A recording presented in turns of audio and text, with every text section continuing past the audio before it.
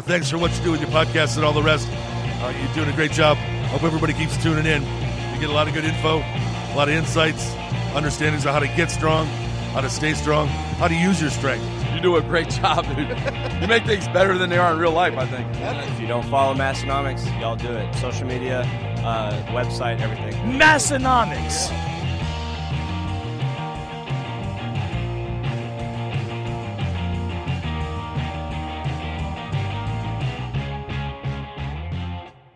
Well, welcome back, everyone, for episode 424 of the Massenomics podcast. We are the lifting podcast about nothing, recording comfortably from our corners of the Dakota in western northeast South Dakota and then eastern southeast South Dakota down there. My name is Tanner. And my name is Tommy.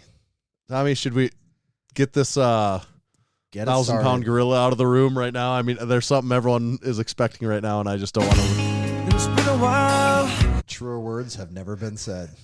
It has been a while. When was the last time we actually took just 2 straight weeks off of podcasting? Yeah, and just so everyone knows, it wasn't us without new episodes over the last 2 weeks, but we had pre-recorded a couple at Home Gym Con that we've been playing the last couple weeks. So I don't know when it's been that much of a stained while. It's been a long time. We do have... Because of those reasons, we have a lot to cover here. We so do. No guest this week. The list actually is about the biggest the list has ever been. It's huge right now. A lot of meat and potatoes to get to on this rundown. It's going to be one hell of a rundown. I hope you prepared that rundown this week, Tommy. Buckle on in. Yeah. Before we get to too much of that, I want to tell everyone about our good friends over at Build Fast Formula. Check them out at buildfastformula.com. It's the supplements we know, we love, we use. They've got, I'd say, a Massenomics favorite is their Vaso Blitz, their dual nitric oxide support pre-workout supplement. I'm going to go with my personal favorite here, add it to the list, the 80-20 protein. I like the chocolate flavor. It's their 80% casein, 20% whey protein supplement.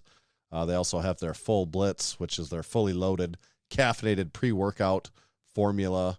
And check out everything they've got over at buildfastformula.com. When you're there, make sure to use discount code Massenomics. That'll save you 10% on every order you get from there, not just the first one. You can keep using it. And if you sign up for a subscription on any of their products, it'll save you an extra 10%, 10, 20. Can't afford not to. Thanks, Build Fast. And today's episode is also brought to you by Bearfoot Shoes. Most shoes harm your mobility by over-restricting your foot's natural movement. Barefoot shoes are designed with minimal restrictions so your feet can move the way they're supposed to. Move with more strength and confidence in every step. Barefoot Shoes was founded by Chris Duffin, who attributes proper foot biomechanics as foundational to his success in squatting and deadlifting over 1,000 pounds for reps. He helped create the company to provide a minimalist shoe that can be worn for anything from deadlifts to walking your dog.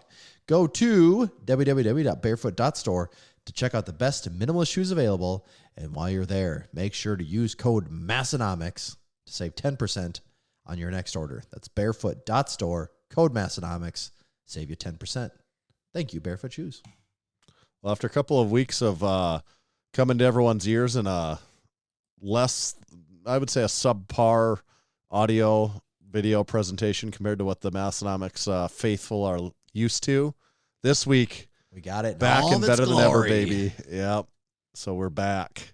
We're back in full status. And I guess to cover it first, we did get back from Home Gym Con a while ago. It has been a while since we got back from that. Mm-hmm. And we're not going to go into it too much because if you want to know about any of that, you'd check out, I would say, episodes 423, 422 of the Massenomics podcast. And we're publishing our third and final YouTube video from that Home Gym Con series. That'll come out tomorrow. Yes. Well, I mean, by the time you're listening to this, it has come out already. So you'd have 3 weeks, 3 full YouTube videos, probably about another 35, 40, almost an hour's worth of content in those 3 videos too. And yeah, happy to see the videos are doing well. People are engaging with them and getting views. So that does also make the trip extra worth it. It does make it worth it, and it just it makes us happy. That's something we talk about behind the scenes because over the last over 12 months now, we have put way more time and effort and thought into our YouTube channel, and it's great seeing when that works at least a little bit, or Yeah, quite a bit. we Honestly, feel like it's worked we do, really well. We feel like we're. Yeah. I think from like a technical standpoint, I think it looks good. I think it sounds good, and then I think on camera we've figured out how to put together a video that is entertaining, but also like have presence on camera that seems to flow well and keeps the pace moving and is natural. And I think, not to toot our own horn too much, but I think a video that most people would watch and find enjoyable. And so it is nice to see that reflected in the numbers.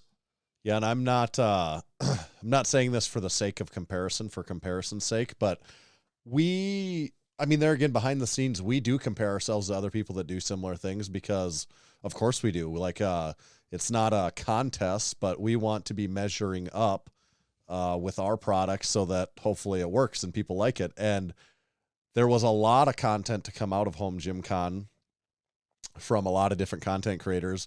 And my honest opinion, albeit completely biased, the most biased opinion that there is outside of maybe also Tommy's, is that ours stacks up and is as good as it gets, if I'm being quite honest about that, in a number of ways.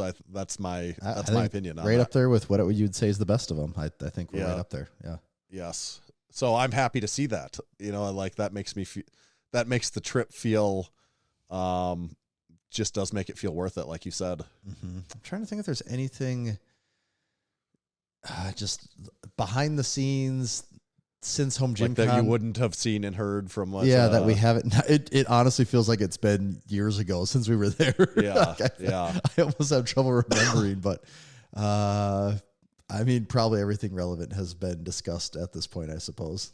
Yeah, I think so. Check that stuff out. Do we have a segment later here that we're going to talk about equipment specifically? Because that would be my one takeaway from Home Gym Con. Because I'll have some home gym updates. Right. So, because maybe we'll save that for all of that, unless we want to get into it right away. Well, that's maybe we'll come back to some of that. Okay, because I don't even know why. I don't even know why I say that. I don't know why I think maybe we'll come back to some of that. Like we're saving certain things. I'm not really sure what the logic of. It's a Quentin Tarantino movie here. We're bouncing around. It's like we're giving you a teaser of the end, and then we're going right I don't know back. why I'm speaking like as if I know, like there's some plan I have in my head here where it's like, well, that's really not according to the 422. I think we get so used to having the guest on that there's just so many things we have to run through before the guest shows up that it kind of messes up our order here. I'm thinking we have a real set plan that needs to be stuck to on what we're discussing here and when we're doing it within the episode. I am coming off of a little bit of a bug here. That's what it seems like. Yeah, I was so thankful that last week we didn't have to record because I was getting to bed not that early, but as early as possible every night. And I was like, it was one of those weeks I'm like, if I would have had to podcast this week, I could have done it because I've done it pretty sick before. Yeah. But I'm just like, I could and would have done it, and I have done it before. It wasn't that bad, actually. Yeah, I just like a really, not like a flu or not a fever or anything like that, but just a pretty bad cold that just makes me, tired and worn down and stuff. But it's on the upswing, but it's just, she's hanging on for a while, Yeah. I guess the important thing would be, though, is how was training going through all that? It about a week ago took a little bit of a setback. I was still, here's a great topic, actually. People were talking about in the Discord, coincidentally, not about me, but about someone else's, training when you're sick. And my general rule of thumb on that is if I have the flu and have like the body aches and that sort of thing, I don't train, because literally where I'm like, I can barely stand up.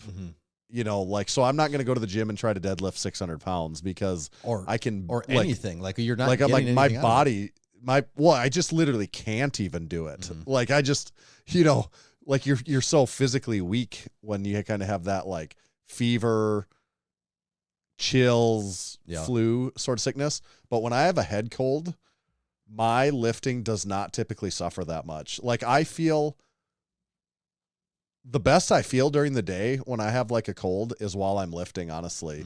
Like I'm not even saying I feel perfect then, and the lifting might suffer a little bit in comparison to perfect health.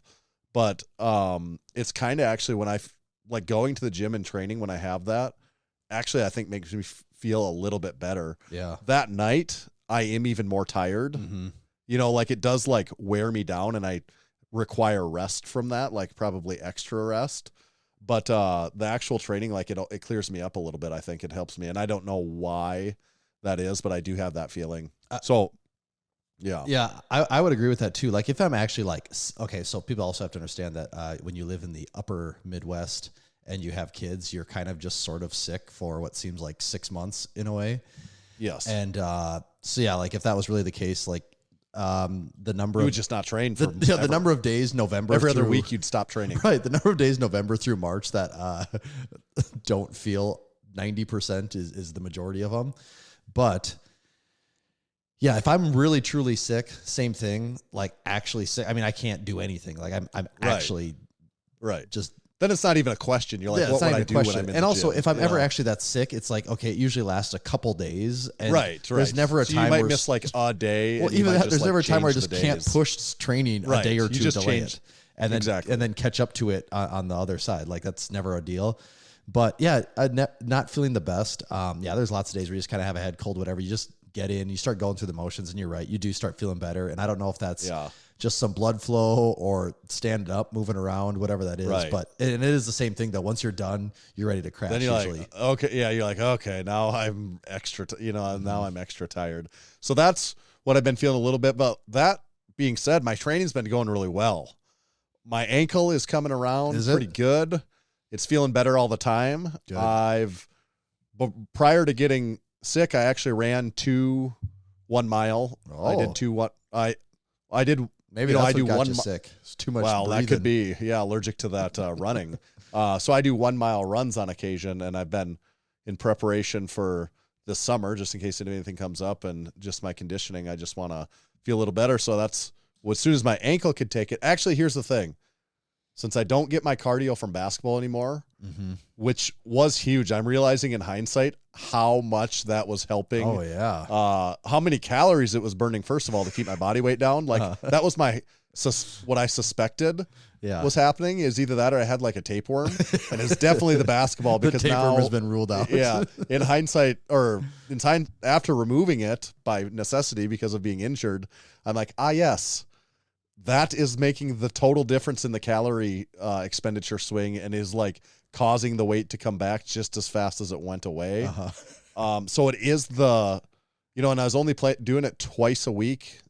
Yeah. But is that twice a week for like 3.5 hours total? That was just like nonstop. But that's like 3 hours of heavy and running hard- that you've removed. Right. From, I mean, that's Right. that's more exercise than most people get in their entire week. right, exactly. And to me, it was just like this add-on thing. But so now that that's gone, my ankle still isn't good enough to play basketball. I would be super nervous to like jump and have anyone be within 20 feet of me. I'd be like, get away, get, but I think I'll actually get there at some point, that will not be that long down the road that I could go try that. I'm kind of getting the itch to do that even a little bit. Well, It's there's just not playoffs quite- going on and everything now. So. I know. It's kind of does exasperate the whole thing. But so I want to do a little bit of this running. So the first one was honestly just to test my ankle to see, because I haven't ran now at all for a step since I injured it. And the first one was just a test. I'm like, no, we're just going to go out. Jack would be my pace car. And I'm like, we're going to have to start really slow. And I don't even know if I don't know, like if it's just going to start hurting in a detrimental way and I'll have to stop. But we ran the first half mile. We have this 1 mile course that we run. And when we got to the halfway point, I had ran really slow because I was just nervous about it. I'd ran like a 5.5 minute half mile. Like it was like a lineman jog almost. Right. And then I got there and I'm like, this feels pretty good. Like as far as running, not like running ever feels good, but I'm like, it doesn't feel like my ankle it feels weird, but it doesn't feel like I'm doing anything bad to it. So it's like on the second half, let's pick it up a little bit. So we ended up finishing the mile in like 10 minutes, which is a slow mile pace, relatively speaking, or relative to what I was running. But I'm like, oh, that's really promising that I could just go out here this first time and run this 10-minute mile, and I'm not that gassed.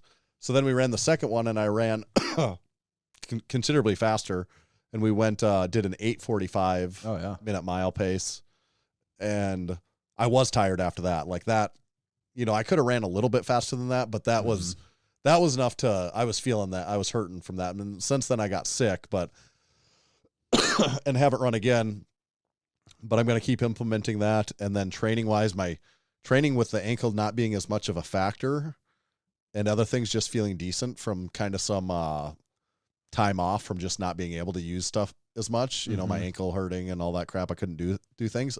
Well, now it feels awesome.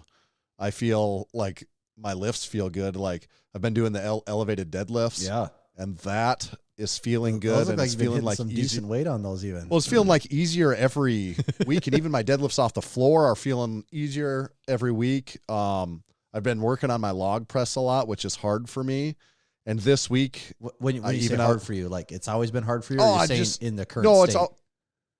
It's always been a challenging lift for me. Okay. I think, it just doesn't feel like the log in the front rack position is just like, it's not comfortable for anyone, but in comparison to the other overhead press events, like I'd much rather do an axle or a Viking press would be my number one choice, because it's just, you're able to make it the least like a actual pressing strength. You can put so much other mustard in there, but so I struggle a little bit with the log, but felt really good this week. Even finally it was clicking a little bit. And then I did like midway on my last set, not a big injury or anything, but it just where I like get something out of, happens a few times a year. And I think it happens to a lot of people all the time. Like you just get something out of whack. Just it's like in your neck.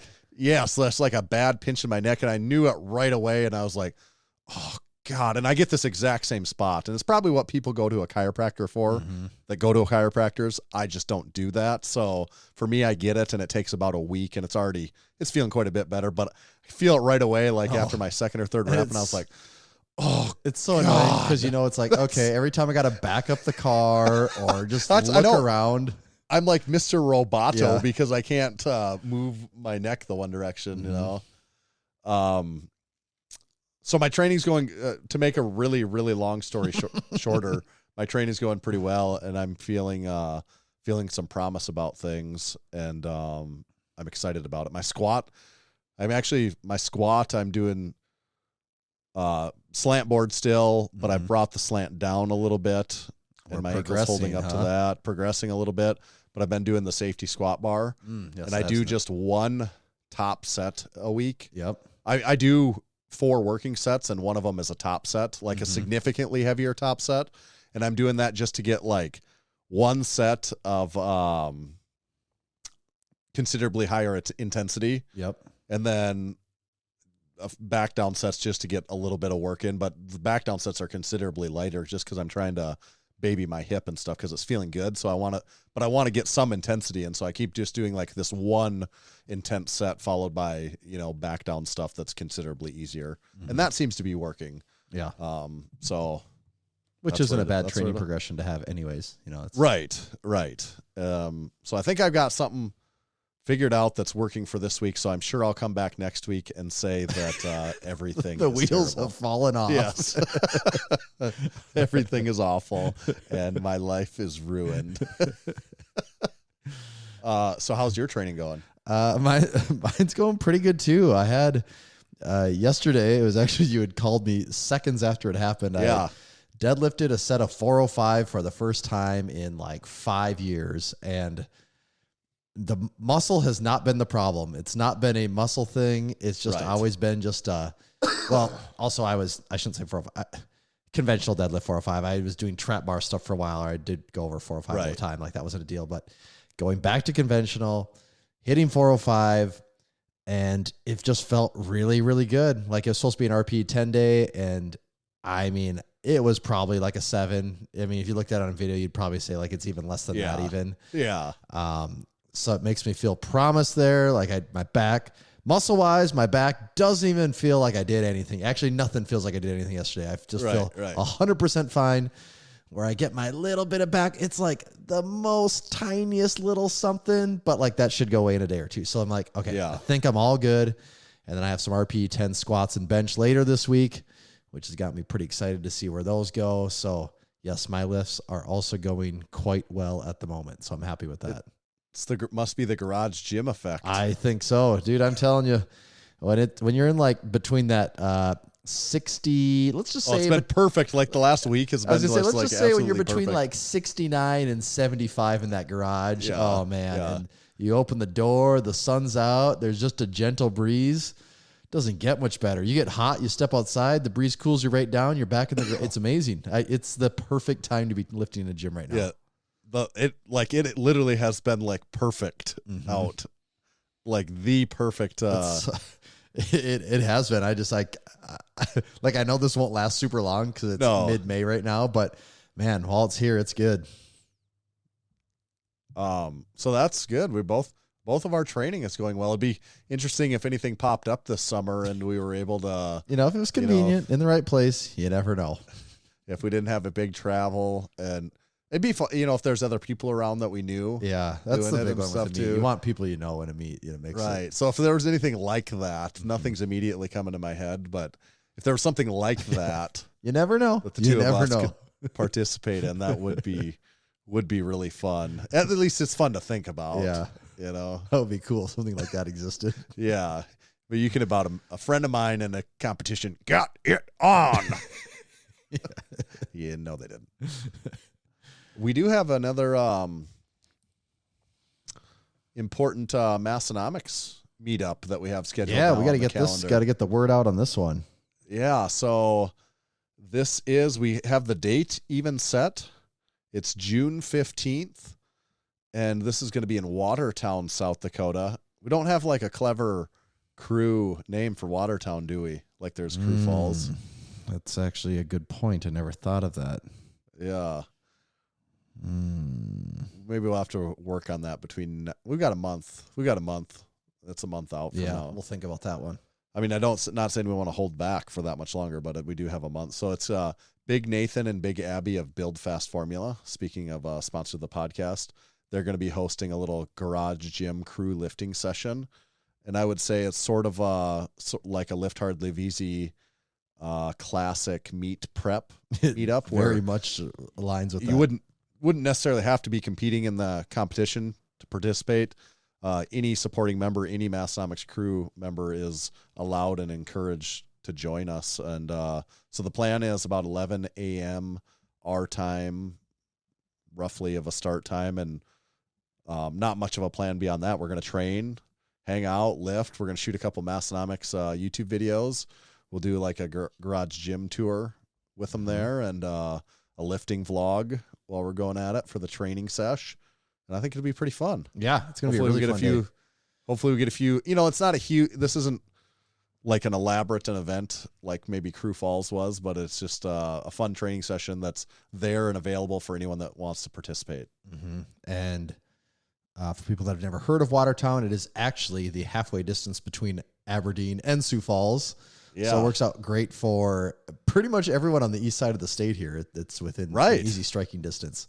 That's true. Or even like Big Ben from Pierre. How long of a drive would it be from Pierre? Would it even be that far? Would it be about the same, or I would think is it like maybe straight closer over to 3 hours? Yeah, but still, yeah. So I think it sounds like some people are interested. Should have a decent turnout.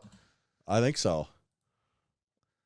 I'm looking forward to it. The training session. I'm going to try and schedule something where I can do something, make a hard lift line up on that day. I'm actually curious what my training would be on that day. I'm kind of afraid to look because it's going to be like a freaking deload or something stupid like that. But right. That is I'm going to manipulate it to make sure that I have something there because I don't want to waste any of the mojo. Right. Yeah. You got to take advantage of those when you got them. Yeah. Like at Crew Falls, everyone was just going for it. Yeah, I played that one all wrong. Right. I can't waste the mojo on it. So we're excited for that. Stay tuned for some updates and the Watertown meetup. Stay tuned for a better name than the Watertown meetup. What do we want to talk about? Oh, Tommy, you went on a trip. Actually, you and I talked about just an element or two of it, but we didn't really talk about anything. I kind of wanted to save it for the podcast, but it's taking forever for us to podcast here. So I didn't know if I was ever going to get to talk about it. So you got to see a T-Wolves playoff game, and now I got to see a T-Wolves playoff game. Unfortunately, mine saying that it was a game would be a little bit generous to. It was not there on game day. That might be the worst sporting event I've ever been to as far as performance goes. Yeah, and it was a downer. Also, I wasn't there, but as a Minnesota fan, like if you're going to a game, it just feels like there's like a 10% chance like they're going to win the game. I've definitely seen Minnesota teams lose more in person than even when the win. teams are exceptional. Oh, and what was so annoying is that they had just put on the freaking clinic of all clinics on how to beat the former world champs. Like they were just destroying the Nuggets. The hype could not be bigger in Minnesota right now for the T-Wolves to go up 2-0 away on the road and come into Minneapolis.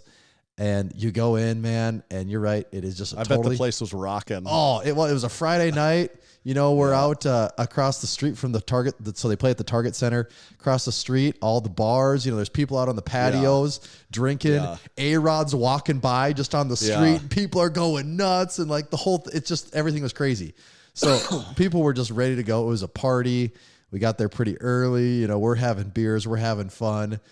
Even the national anthem, they had a guy just come out and just do this crazy sax solo for the whole thing. Oh, it was so awesome. It was amazing. Yeah. And people were ready to go, man. They were hyped up. And T-Wolves came out. I think maybe it was 10-10, 12-12. Yep. And then after that, it was just downhill from there. It was downhill. I think they ended the first quarter down 10. They ended the half down about 20.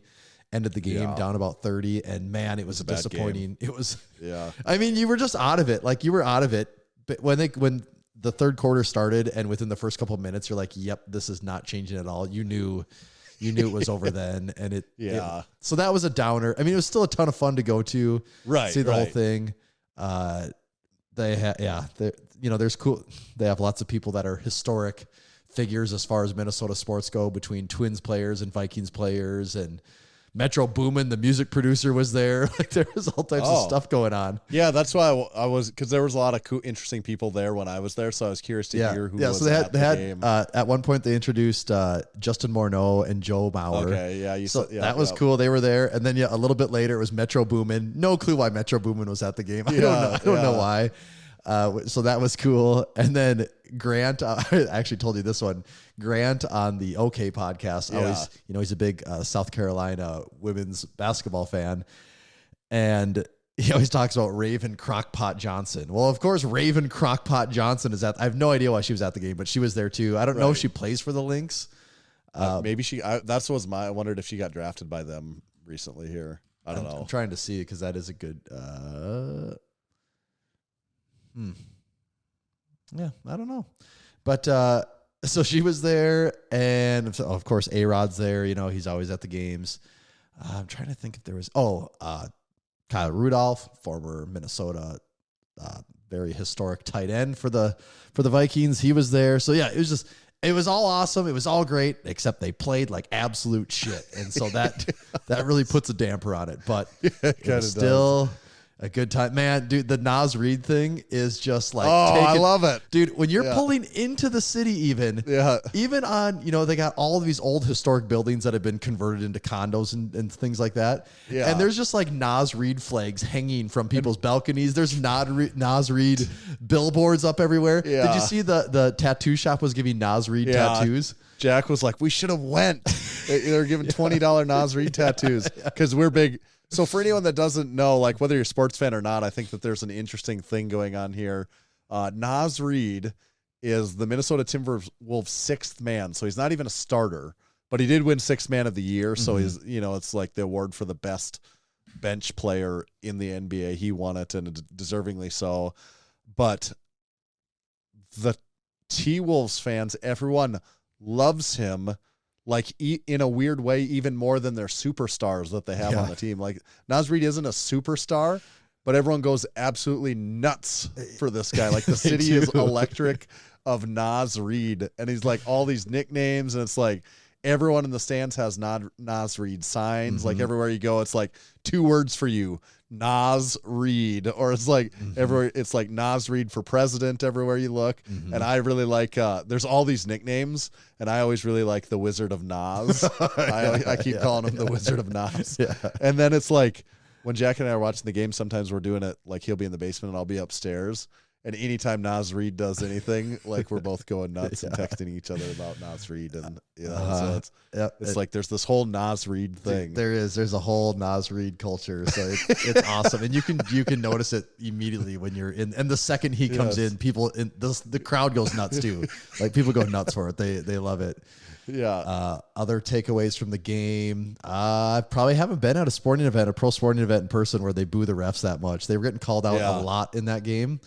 And then also, I mean, the crowd was super into it. Just nothing else was there. Oh, they're playing tonight, Game 5. I really felt like Game 4 they had to win that one. Oh, I did too. Which isn't necessarily true because they could win I know tonight and be fine. But I haven't been invested in a long in any pro sports. I was doing so well with me not caring anymore, and then Jack got old enough that he got really interested, and now I'm sucked back in, and I was so mad watching Game 3 and Game 4. Is that the worst though? I'm like, why do I care so much? Yep. Now I'm mad. This is ruining my night. And I just went like the last 10 years without caring, and now I'm back to my old and that's the problem is all these freaking games started like 9:30 at night, so not getting done until like midnight, and then you're all worked up and you can't even sleep is the worst part. I know, it's like I stayed up extra late for this. Yeah. To just get like more pissed off. And like for the last 10 years, I did great, like barely paying attention, but now I'm so sucked in and invested in it again. And now I'm going to be very frustrated. And then it was going so well, and I'm worried about getting let down here. Yep. That's true Minnesota sports. I was saying that's the cycle of a Minnesota sports fan right there. That is the way life goes. It really is. But so it was cool, obviously. I mean, yes, it was very cool though. Everything besides that, it was a very, very cool trip. Playoff basketball. Never been to a pro playoff sport before, like a pro game with a playoff. So that's cool because there's just so. I mean, also what's crazy is there was like no Nuggets fans in the whole arena. No, like the Nuggets there was no Suns fans when we went either. The Nuggets game gets done, and there's people doing T-Wolves chants in the Nuggets arena. You know, they're saying Wolves in 4, and they're saying MVP. For Ant and all this stuff. I mean, they're chanting MVP for Ant in Denver. Yeah, I don't know if there was like 50 Nuggets fans in the whole. Like you just didn't even see them; they didn't exist. So that's cool to see that too. Oh shoot. Oh, were you able to park in the parking garage? Oh yeah, we were. Yes, we did get. I don't know. It must have been a weird. Or maybe it was full when you got there. Well, it was early. full. Oh. It was full. Oh. Yeah, like they were standing there. It was blocked off. You couldn't even go. You couldn't even drive in. Yeah, we got in, and we didn't get there. The game started at 7:30, and I think we got to the parking garage at like 5:30. Yeah. So we weren't there that early either. Right. And the gates opened for the game at like 7:30. The game was until like 9. But we got in. I mean, it was definitely filling up, but we did it. Okay. Along these lines now, I totally forgot about the story. This is such a weird random chance thing. Is one of the guys we went with to the game, he lives in Minnesota. He met us there. He lives a few hours away in a smaller town. And his name's Spencer. And he goes, "Remember when I saw you in Columbus?" And I was like, "Dude, I totally forgot about the story. When we were at the Arnold this year." This year? Yes, this past year. Okay. So you don't know the Spencer guy, but you know my buddy Brian, of course. All right. And Brian sent me a text, and it was a picture of our trailer at the hotel in Columbus. Yeah. And he goes, "Hey, look, Spencer sent me this."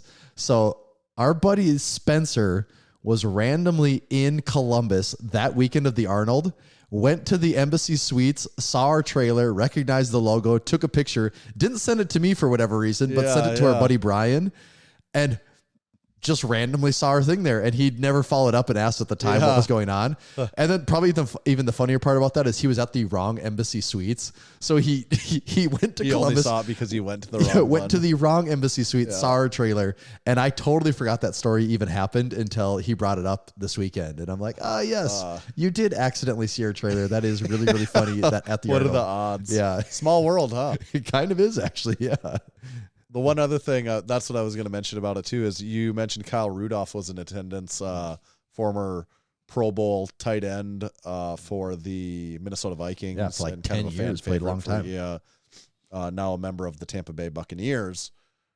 He ordered some Massenomics jorts this week, kind of out of the blue. So coincident, you saw him Then a couple days later, he becomes a Massenomics customer. Willed it into existence. I see him on the big screen 2 days later. So you he's must have placing an order. been sending some juju across some vibes. Put that into the universe. He could just sense my desperation. He's like, I got to help this guy out.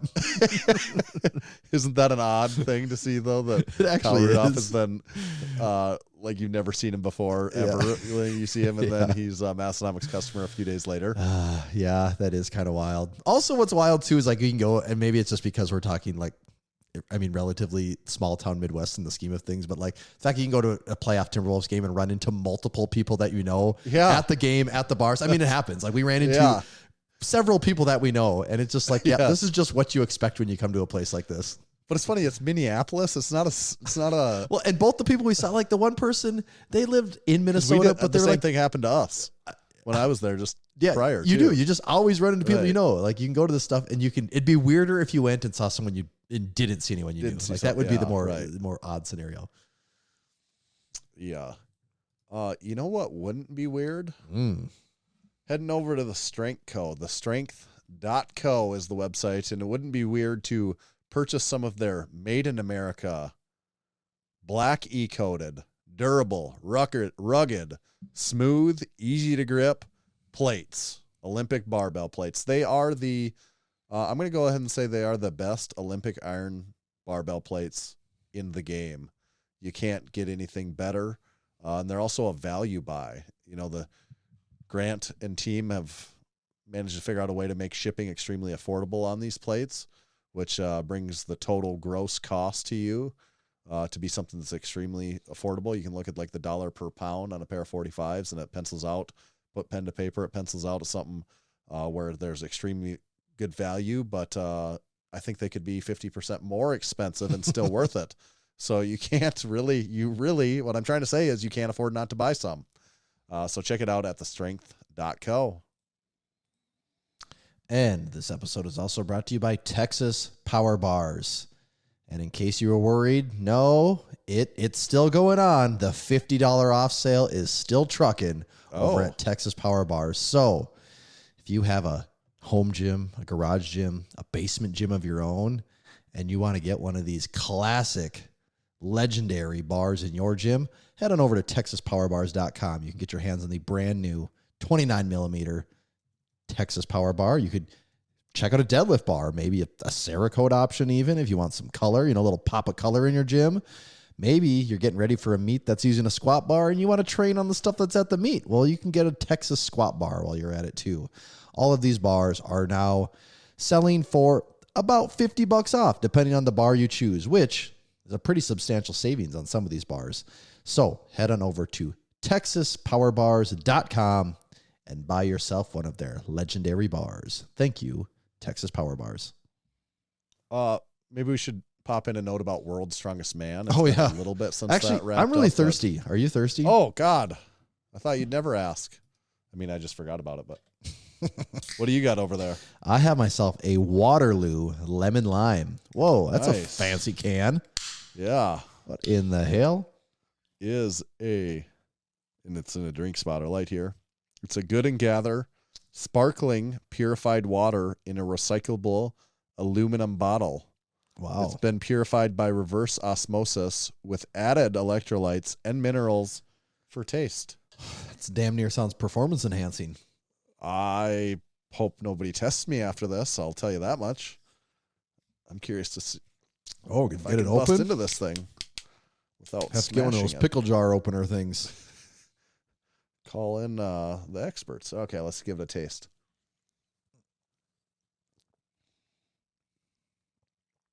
He's going back for a second sip.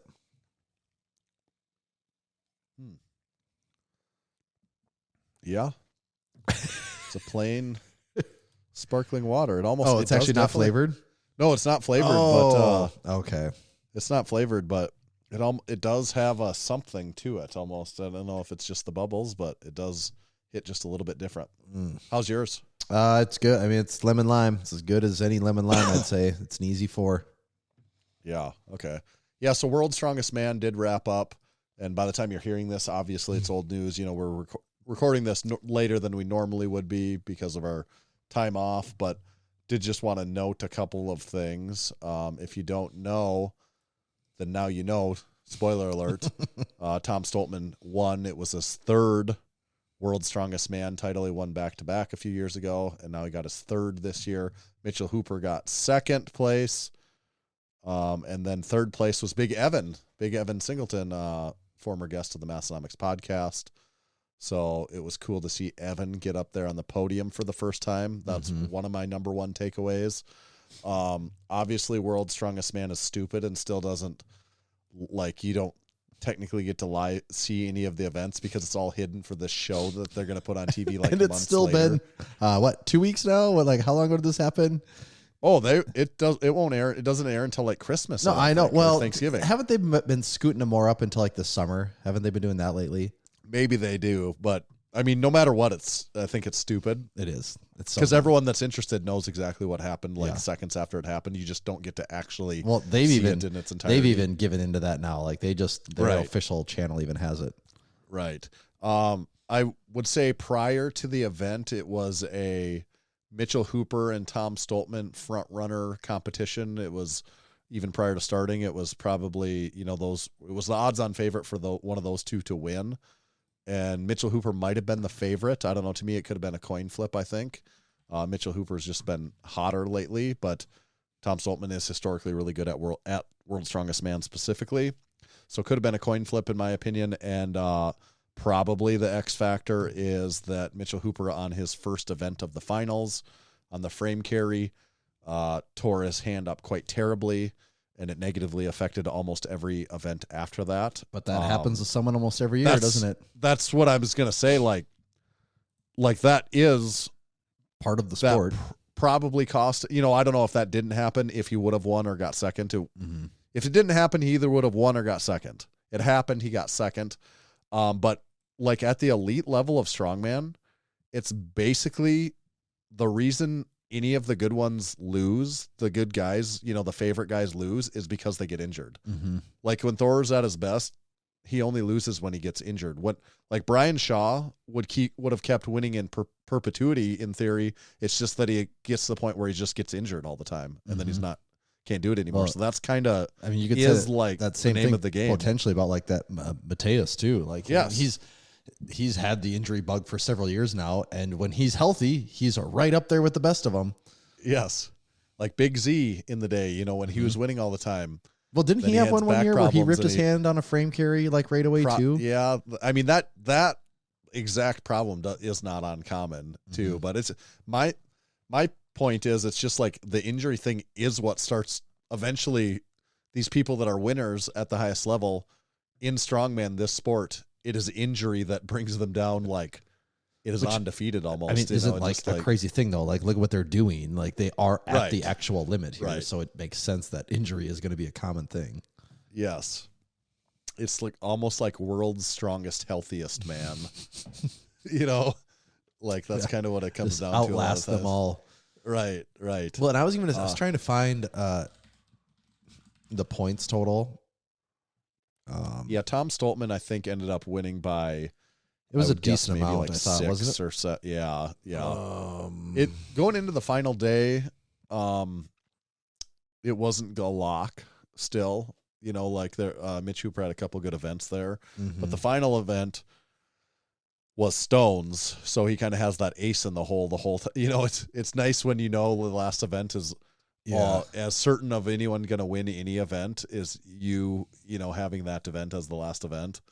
So And here's the so points. Tom ended at 53 points with Hooper had 47.5. So right.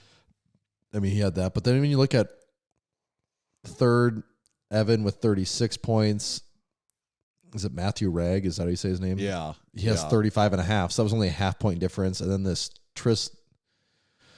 was it Tristan Hoeth? I don't know how you say his name. Hoth. I think he was a Canadian guy too. Yeah, 33.5, and then you go down 31-30. So like the difference between third and seventh was only like 5 points. Like that's a pretty tight group right there. Yeah. Yeah. Bobby Thompson got injured in the heats. Yeah, I saw that too. Trey Mitchell Didn't make it out of the heats, and he's been coming, but he's coming back from Achilles injury. That's not particularly surprising Did to Rob me. Kearney announced that he was retiring? Yeah, he's or something? retired. Yeah, so this was his last show.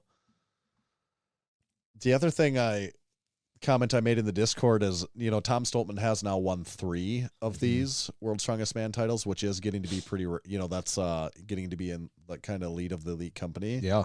And what I wondered is what would he have to do to start to be on someone's Mount Rushmore of all-time strongmen, Yeah, if it keeps going, if he has 4, 5, 6, that makes a strong argument for that, doesn't it? Well, if he wins one more, it makes a really strong argument for him to be on the Mount Rushmore, I think. 3, he's on the cusp of it probably.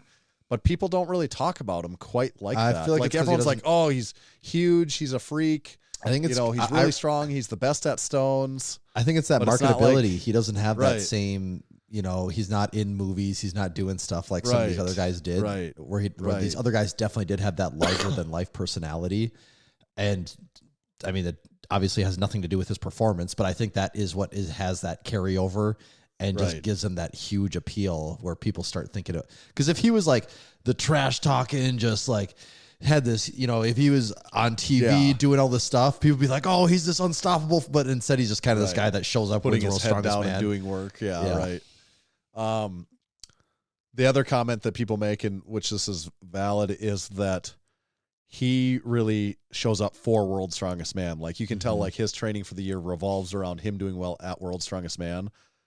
So maybe caused by that is a lot of the other events, big events throughout the year, he doesn't perform that well at. He might go get 6th at the next biggest show and 7th or 4th or 5th. And, he's not necessarily at the top of the podium and all these other ones. Yeah. True. So someone will say, well, he's not winning the other ones. And that's an interesting conversation, I think, because the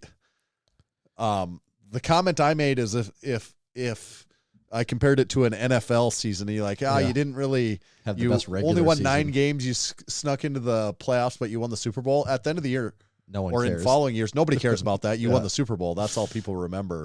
But someone else made the comparison. No, it's World's Strongest Man isn't the Super Bowl to the other ones all being the regular season games. That's too stark of a contrast for what they think it is. They said, no, it's more like golf where there's 4 majors. Right. And maybe World's Strongest Man is the Masters, and the other ones are just they're still major tournaments. Yeah, just maybe a small notch below. Right. Yeah. And I don't know what of that is true, but it's certainly a discussion. Yeah, that is an interesting way to look at it. Yeah. Yeah, because if it's this guy that never wins any of the other 4, only ever wins this one major tournament and doesn't win any of the other ones ever. Right. Do you discredit him? Well, someone for that? It's so hard. Well, but you're talking about a legacy that's in the making now. So it's right. It is, if he goes on to win 6 World's Strongest Man, it's pretty hard to then you don't discredit care that at that point. Right. You're but if this is if this is it, if this what just happened was the pinnacle, then maybe you do look at it a little different. Right. You still can't deny that he was a great competitor, but if it was his 3 best shows ever were 3 World's Strongest Men, and that was it, maybe that is a little different. I don't know. Right. Only time will tell. Stay tuned. That's it for that's episode it from 580 in 3 years, where we have updates on this. Anything else you had from World's Strongest Man, Tommy? No, I just caught the random highlights on Instagram because there's just nothing else to really see.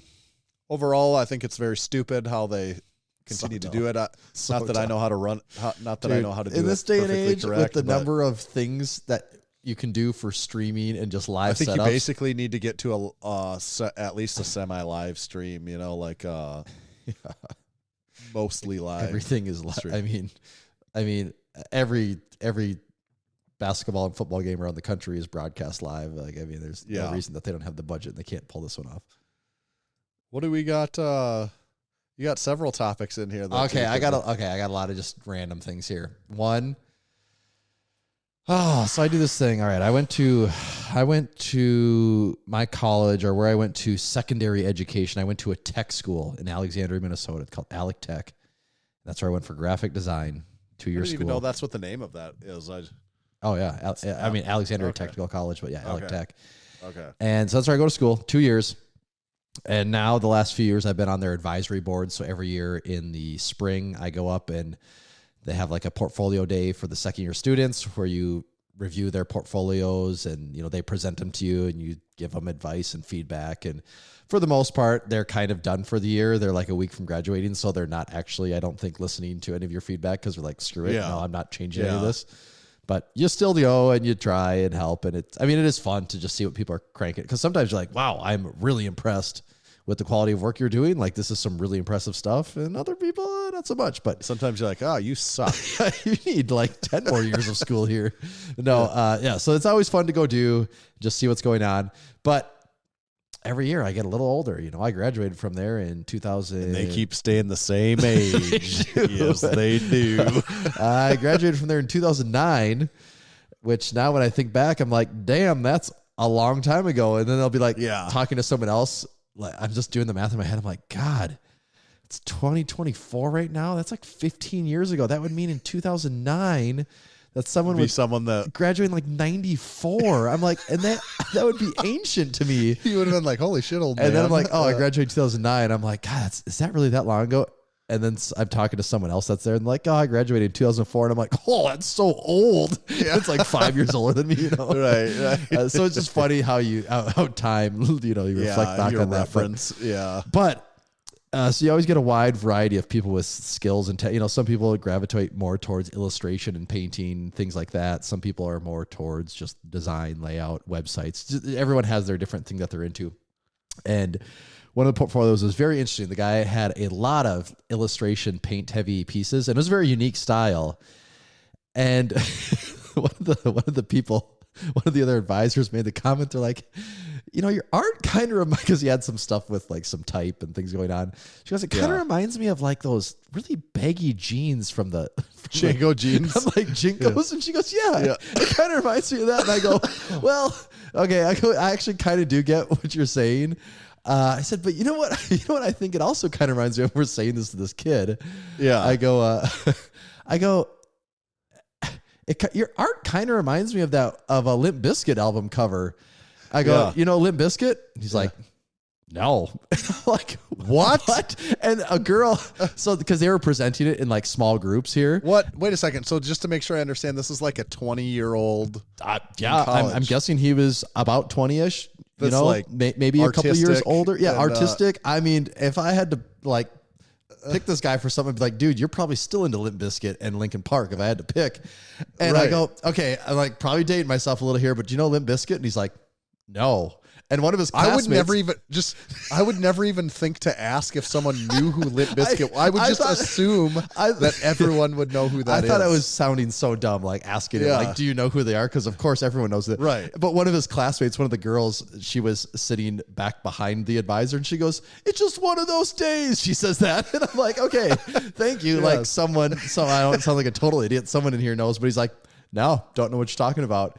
And anyways, the album Significant Other with like the guy kind of like the dry, like reaching out, like his art kind of reminded me of that a little bit. And that was the point I was trying to get across. But I didn't know what Limp Bizkit was, and it blew my mind. You mean, so like even when there was more elaboration on it, he's like, never heard of it. He just didn't seem to let on to actually knowing anything there. No. Yeah, but how could that be? Like, I'm not like music know. is. I don't know. That'd be like if you know, you were in college and someone said, I mean, like pick a pretty something popular group at this point now, like that album 90s. Is like, but yeah. So now we're saying like what, 25 years ago. So it's like, I don't know. We're talking about, something from the early 80s. I don't know. Yeah. So I'm just thinking of like someone, have you ever heard of Motley Crue or something? An extremely, you're right. Yeah. So you're like, and you're like, no, what's that? Yeah. I mean, like, you haven't heard of them? Like, you're unfamiliar altogether? Yeah. Like Smashing Pumpkins? Nope. I don't know what that is. Yeah. So I was shocked. And maybe it was the environment of getting your work critiqued by other people. Right. You were just kind of out of your element, but I was really shocked by that one, that maybe you're out of your element, Donnie. Maybe the world is moving on. No, I refuse to let that happen. Limp Bizkit will always, love them or hate them, Limp Bizkit will be known by everyone. I mean, they really should be there. Love them or hate them. Yeah. I wondered what the Limp Bizkit topic was. Mm-hmm. It really just was it probably was just one of those days. It was just one of those days. What about the next one on the list? I've also been curious what this is. I'm pretty sure we've talked about this before.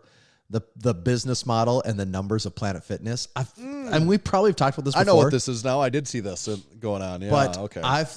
Every once in a while this pops up every couple of years, a news article that really dives into Planet Fitness sharing their numbers, and it is insane. So this article is from Sherwood. I've never even heard of this place before, but it was linked from a different news website. So this is like Sherwood.news, and it's talking about the business model of Planet Fitness. So currently in 2023, I mean, they're a publicly traded company, I believe. So I'm they share these numbers. So I'm assuming that's where these came from, actually. Yeah, Source Planet Fitness. So it comes from them. I'm sure they report on it at their quarterly earnings or whatever the hell they do. 2023, they have 18.7 million members across America. Yeah, 18.7 million members across 25. Considerably more than Massenomics Gym. It's a few more. And they got 2,500 locations, which is also a few more than Massenomics Gym. What's that pencil out to? So that's actually part of that's what they're going to dive into here. Yeah. So 18.7. Okay. So anyways, some of the quotes to pull out of this, it says most of the gyms, so they're doing like a analysis of the numbers of square footage, all of this stuff. Holy shit. Yeah. So what did you get for your average? Did you say it's 18 million? 18.7 million members. So almost 19 million. And 2,500 locations? Yep. That's like 7,500 members per location. Yes. Yep. Okay. So what? Yes. So Holy this is what's so insane. So yeah, it says the company averages 7,200 members, 7,262 members for each location. And because it's saying if people actually use the memberships, Planet Fitness would be under constant reports from the fire marshal. Right. And so it said most gyms are up on 113 hours per week. A typical gym is around 20,000 square feet. Max occupancy ranges from 200 to 350 people at a location like that. And it says for all 18.7 million members of Planet Fitness to work out for just 1 hour per week, gyms would need an average of 64 people exercising during all operating hours, which is, you're not seeing 64 people in there at all hours of day. And that's just if everyone's working out just 1 hour a week. And it says for each of its members to work out at a more regular cadence, such as 4 times per week, each gym would need an average of 257 people working out at all times, which is just never in a million years happening. Right. So, and that would be distributed evenly across all their operating hours, and everyone knows gyms don't. Oh God, yes. There's peak hours, And this even says, like for instance, if 50% of Planet Fitness customers work out weekly and they work out for 3 hours per week, the company's gyms would have to be used by an average of 96 customers every hour. So they just have all these charts about how their numbers are just not even possible at all to do. Right. And if Planet Fitness were to maintain its peak attendance of 50 to 60 attendees all day, only 20% or 3.7 million of its members would be working out 4 times per week. And that's if they're at peak attendance. So just the numbers don't make sense. It's not doable. And what's also crazy, I've never been into a Planet Fitness. I've never had a membership there, but I did not realize that Planet Fitness also makes it notoriously difficult to cancel your membership. So if you want to sign up, you can just download their app, go on their website. It looks like you just give them your credit card and you're in. But if you want to cancel, you have to, this is amazing. I want to make sure I read this. If you want to cancel your membership, you either have to go to the gym in person or send a written letter in the mail to cancel. That's the only way you can cancel. And then you have to deliver your cancellation by the 10th because it may take 7 business days to process. So then they're saying, given how difficult they make it to cancel, their fee of $10 per month, most people are just like, oh, fuck it. Okay, I'll just keep paying forever. Just let it ride rather for than deal with months. these assholes trying to figure out how to cancel this damn thing. Planet Fitness, man. But I heard they're going to raise their rates because that's the other thing. Their rates are so cheap. Well, just think about it. Even if they raise to, I don't know, are they actually $10 per month? Is that actually what they cost? Isn't it something like that? So, I mean, that's what this says here is $10 per month. So even if they raise 30% to $13 per month, do you think they have, 5% of people even quit from that. Well, here's the headline though. Like this was significant because Planet Fitness to raise new basic membership fee 50% this summer. So what? But I To don't know what $15 a month then? I don't know. Yeah, that's right. Membership from 10 to 15 this summer. Well, and people aren't even going. They clearly don't care. So I'm pretty sure that'll just be straight money in the bank for them. Right.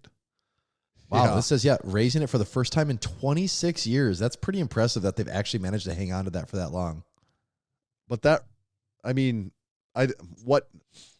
so their rate's going to go up 50%. What percentage of drop, they're going to see a drop in customers because of this increase. So what percentage is the drop going to be? Well, it's not going to be because people are like, oh, no one that's going to the gym is going to say, well, this is too expensive now because there's no cheaper gym option that exists. Right. And then it would just be the people that are getting charged every month, which is, I don't know what, 90% of their customers, people that don't actually use the business. Right. And of that 90%, is it, do a couple percent of them decide enough is enough? $15 is too much? I don't know. They kind of got them by the balls right now. Right. Planet Fitness, more like Planet Shitness. Ever heard that one before? Never heard that in my life. Better make a t-shirt of that. Just made it up. You right heard now it here first. Planet Shitness. Have you ever been in a Planet Fitness? No, never been in one. I would imagine Crew Falls has some of them. Don't Yeah. Oh yeah. they? There's one. A couple miles from my house. Do you think Sioux Falls has 7,000 members that go to Planet Fitness? No, but they Could. probably. I guess maybe actually they could. They could potentially. Yeah. That's not insane to think. I mean, it is insane to think, but also it's not insane to think. So yeah, I don't know. They might. Who knows? The only reason what was it, a couple weeks ago when I told you I went to Pizza Ranch? The Pizza Ranch is actually in the same strip mall that has the Planet Fitness. So I did get to see a fair number of people coming in and out of the gym at 6:00 on a weeknight. That's busy gym time. Pizza Ranch follow-up, it almost sounded like Big North Dakota Dave made it sound like they might not have chicken fingers anymore. Do they have chicken fingers still? I'm trying to actually think. The chicken fingers were usually at least in the Western Northeast South Dakota location. They weren't on the main buffet line. They were in with the chicken and mashed potatoes, in that separate. Yeah. See, I never really would go for those, so I don't know. Yeah. And actually my kids, I think we just got chicken and just actually, tore it up. I bet if you had never even considered to get them a chicken finger, they must not have them anymore, because if they were just sitting there, you probably would have been like, probably, hey, try this. Yeah, that's a good question. I don't know. That was kind of one of the staple items, in my opinion. See, I was never but a huge apparently chicken not. finger guy. So I could have just and by chicken fingers, these were like a chicken fry. Fries. It's like a chicken fry. Yeah, that's what. Right. Yeah. That's a good question. I don't know. Someone maybe can help us out there. Does Pizza Ranch still have chicken fries? Get our insider on it. Yes. I got a geography question, Tanner. Oh, well, you've come to the right place. I know all geography answers, so there's this oddity. We like to be specific when describing a geographic location. We're obviously, yeah. And there's an oddity I've noticed where it seems like people on the East Coast like to refer to certain portions of their state as upstate. I hear Grant refer to it a lot. He says that all the time. He says that all the time. I hear when I think of New York upstate, I think of New York. That. I just think of upstate New York. I don't even know what that means. And that's what I think of when I hear the word upstate. Me too. I feel like that applies to the Northeast, like Maine, like upstate Maine. I just feel like those words apply to that part of the country. We have a very large state, which means we would have a very large upstate.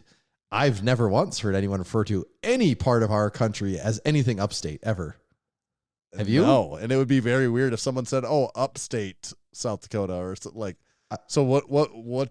I mean, are we just talking the northern half of the state? That's what I don't even totally get it. Because even Minnesota is a state that is as tall as North Dakota and South Dakota. Minnesota is a very tall state. Right. They don't have an upstate. They have northern Minnesota. Northern Minnesota is a thing. Right. People say that. Northern South Also- Dakota, you don't really hear that discussed a whole lot. Though. And I feel like northern Minnesota is the thing because how different it is. It is, like yes.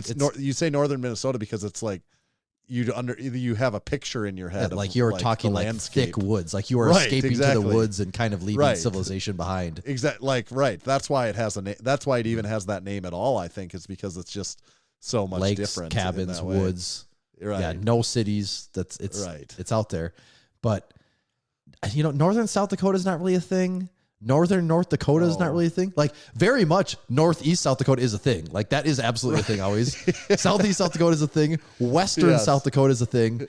But Yes. but you don't hear the terminology of people don't really divide it by north and Upstate. south.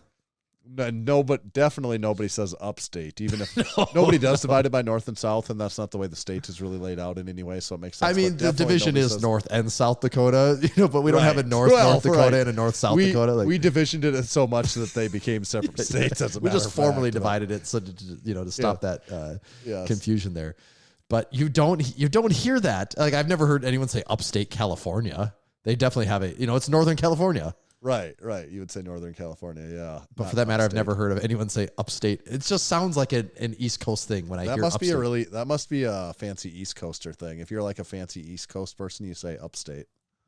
It's got to be. That's Just something I was thinking about. I didn't know if maybe I'd missed something along the lines and it wasn't making sense to me, or if you had any additional insights there. But it sounds like I No. was thinking about this correctly. Yeah, and Grant jokes about the North. We have he's also a member of the North-South state thing. Yes. With the Carolinas and then also the Dakotas. We have that connection there. It's funny when you live in them, you obviously know the differences. Of When both you of them don't, so they're well. just interchangeable. Yes. They're so interchangeable. Yes, when you're not there and haven't been there, you don't live there.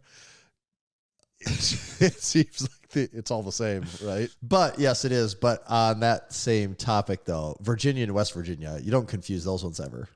That's true because it's not north and south. Right. It's only not on the West and north-south East states. Virginia. Yeah, right. So upstate, yes. Okay. We should maybe hit on this next topic is kind of actually this is actually kind of some home gym con follow-up that I think is interesting. This is almost like a behind the scenes thing that we didn't discuss anywhere else and probably weren't going to throw on a video, but so our second video that came out was kind of a booth tour video where we interviewed like 6 or 7 different booth operators and the owners of the company and had them show us around. We did ATX, PRX, Black Widow, a bunch of them. ATX being a pretty large international company. We got like they even wanted to wait until they had like the top guy, like he was gone, and they're like, no, we'll get him. Can we flag you down and you come back later so you can talk with Flo because like he's like this our COO, he's like the guy we want to do this with you. We did it with Adam, who's you commonly see him doing those things for people. It's kind of part of his role there, I think. A lot of different booths. Everyone very welcoming, very nice. Every one of these booths, they're actually like excited for you to do it. Even I think they're like, okay, great. Like this is kind of why Press, we're here. Publicity, perfect. Right. It's one of the reasons we're here. Like ATX, most of these companies, if they didn't follow us already, they did start following us because of that and like reaching out and stuff. But ATX, like they're like everything that they've been in that we've included them on, they're like, make sure to message and say like, oh, awesome. Thanks so much for coming. Like we enjoyed it. Like they're making a conscious effort. Well, I would just say kudos to them. America, and is this everyone. Hollywood we're in right now? Right. Right. And like all the companies we did that are doing that, but they stick out in particular because they're like a German company and like this larger German company doing interesting stuff. And like for them to still be like, recognize that the press and publicity is just good for them. Mm-hmm. But there was one booth there that was handled like drastically different, that a noteworthy different way than all the other ones, at least from the Massenomics experience. 100%. And that booth is Rogue. And I got to say, this really changed my perspective on this company. It totally 100% did. And not in a good way. And so to start this whole thing off, I I am not a Rogue hater. I think Rogue makes a super high quality product. If someone is starting a home gym and they like bought all Rogue, I don't knock them one bit because I know basically across the board they got good stuff at a reasonable price. It's gonna in my limited experience of having a home gym, it's gonna get to your door when it says it's gonna get there. It's gonna arrive packaged up properly, and you're gonna have a good quality American made product. Like I 100% get why people buy Rogue. Totally understand that. But where my just view on this company changed so much is at Home Gym Con. It's great they're there. That's awesome they're there. The guys at the booth even were great. They were awesome, nice guys. But I would add that there's two guys specifically that I talked to for quite a while at the booth. It's funny. I saw in some B-roll. I didn't even realize where you were at one point. I was talking to those guys. I'm like, oh, he was shooting B-roll of me talking to those guys. I didn't even notice that at the time. And you even made the comment. You're like, oh, super cool guys. Really nice. Yes. They've bought stuff from us before. Yes. They were awesome. Like they were really as good as anyone there. Yes. And so what we were doing, the video we were shooting is we were just going to different companies that like we know what's going on to a certain extent, or like we had just booths that we thought were noteworthy. And you were going up to kind of the guy in charge of whatever booth it was. And just, you said, hey, can we shoot a video here? We're just going to ask you like a question. And everyone was like, yes, let's do this. And the question was just, hey, if you had one piece of equipment you could show me, what would that be? And so we were shooting, 2 to 4 minute video segments at each booth. And when you get to the Rogue booth, you come up with the camera and they kind of look at you with this face right away. Yeah. And you go, hey, we want to do this thing. We just want to shoot a video. Can we have one of you guys on camera? And they go, nah, sorry, we're not allowed to be on camera. And I was just like, what? Right? Yeah. Do you work for Citibank? Like, are you a financial advisor where you're not allowed to have public opinions because it will shape markets and change things? No, you make fitness equipment. You make metal things in America and in American. Like, it's the dumbest thing I've ever heard. Also, we're at a trade show. Yes, where at you're a trade show for this. It's not even like a we're- gotcha. Like, this isn't our environment. We're at your booth to do this damn thing. Albeit us being kind of goofballs, like in comparison maybe to some It people wasn't are a doing. gotcha or anything, though. No, and we're notably there doing coverage. Anyone that's there saw us walking around all weekend, like filming things, doing interviews, like. They know who we like. It's obvious, and we want you guys to look good too, because it makes us look good. Like we're here to try and make something cool. And they're obviously there. They have a banging booth. Their stuff looks awesome. They have high quality stuff. I get it. I 100% get it. If a company says like, we don't want every single person or company to be on camera representing us. I totally understand that too. But to go to a convention like this and not even have one designated guy that's allowed to just have a media presence blows my mind. Like, that is the closest thing you get to like a no fun, no personality, lame corporate company that exists. That is so lame for Rogue to have that position. It is lame. It is freaking lame. We've encountered one other company that's been somewhat had a similar take like that, and they're a comparable company, not an equipment manufacturer per se. I'm not going to throw them under the bus too, because we're not really. Not even trying to throw Rogue under the bus. I'm just honestly I just think it's lame. It's just like a really lame. They have a cool company. They make cool shit. Like, why do you have that approach? Cool, knowledgeable employees there that are like charismatic. They know about all their stuff. Like, we're talking to them. They know about all this stuff there. But like, they could have done even had him on camera. They could have done an awesome video with us. Yes, before we even had him on camera, you go, oh man, because I was when I was shooting the B-roll, and you came over like, oh, I was talking to those guys. They're really cool, because we've never really talked to anyone at Rogue before, except at the Arnold, you never have a chance to. And I'm just thinking, sweet. Like, Tanner said, these guys are cool. These will be great on camera. And what really was the contrast to this was before we even went there, we were at the rep booth, and we show up and they're like, hey, can we do a video? They're like, absolutely. That's what we're here for. And it's like, that is the only answer. And it is the right answer that that is exactly what you're here for, to tell people about your shit and to have a presence. Yeah. So I just, I get it. When you work, I just think it's really lame. It's just a real lame vibe that I get off of that. Like, it's like the most, and it's corporate, not those guys that are there. Their decision either. It's coming from somewhere bigger at Rogue, but it's the most corporate, lamest, dumbest position to have. I get it if you work in the financial or like medical industry, but you're freaking Rogue. You make exercise equipment. Like, come on, guys. Yeah. So, and I like your point. You might go into that, say, hey, we're bringing 6 employees. you're the guy that's I totally understand it too. You're They say, if we you're have one responsible, designated guy, so we have one designated, but like you can't even go to an event like that and have one guy that's allowed to be on camera. Really disappointing. So like that things like that, honestly, really do make me not want to buy Rogue stuff. Like that is the type of thing that I'm like, I'll just find some like rep. We talked to Adam. Adam was awesome. We had a cool conversation with him. That makes you more want to buy something. You're like, absolutely. Or Bells of Steel Kayvon, obviously, like, yes.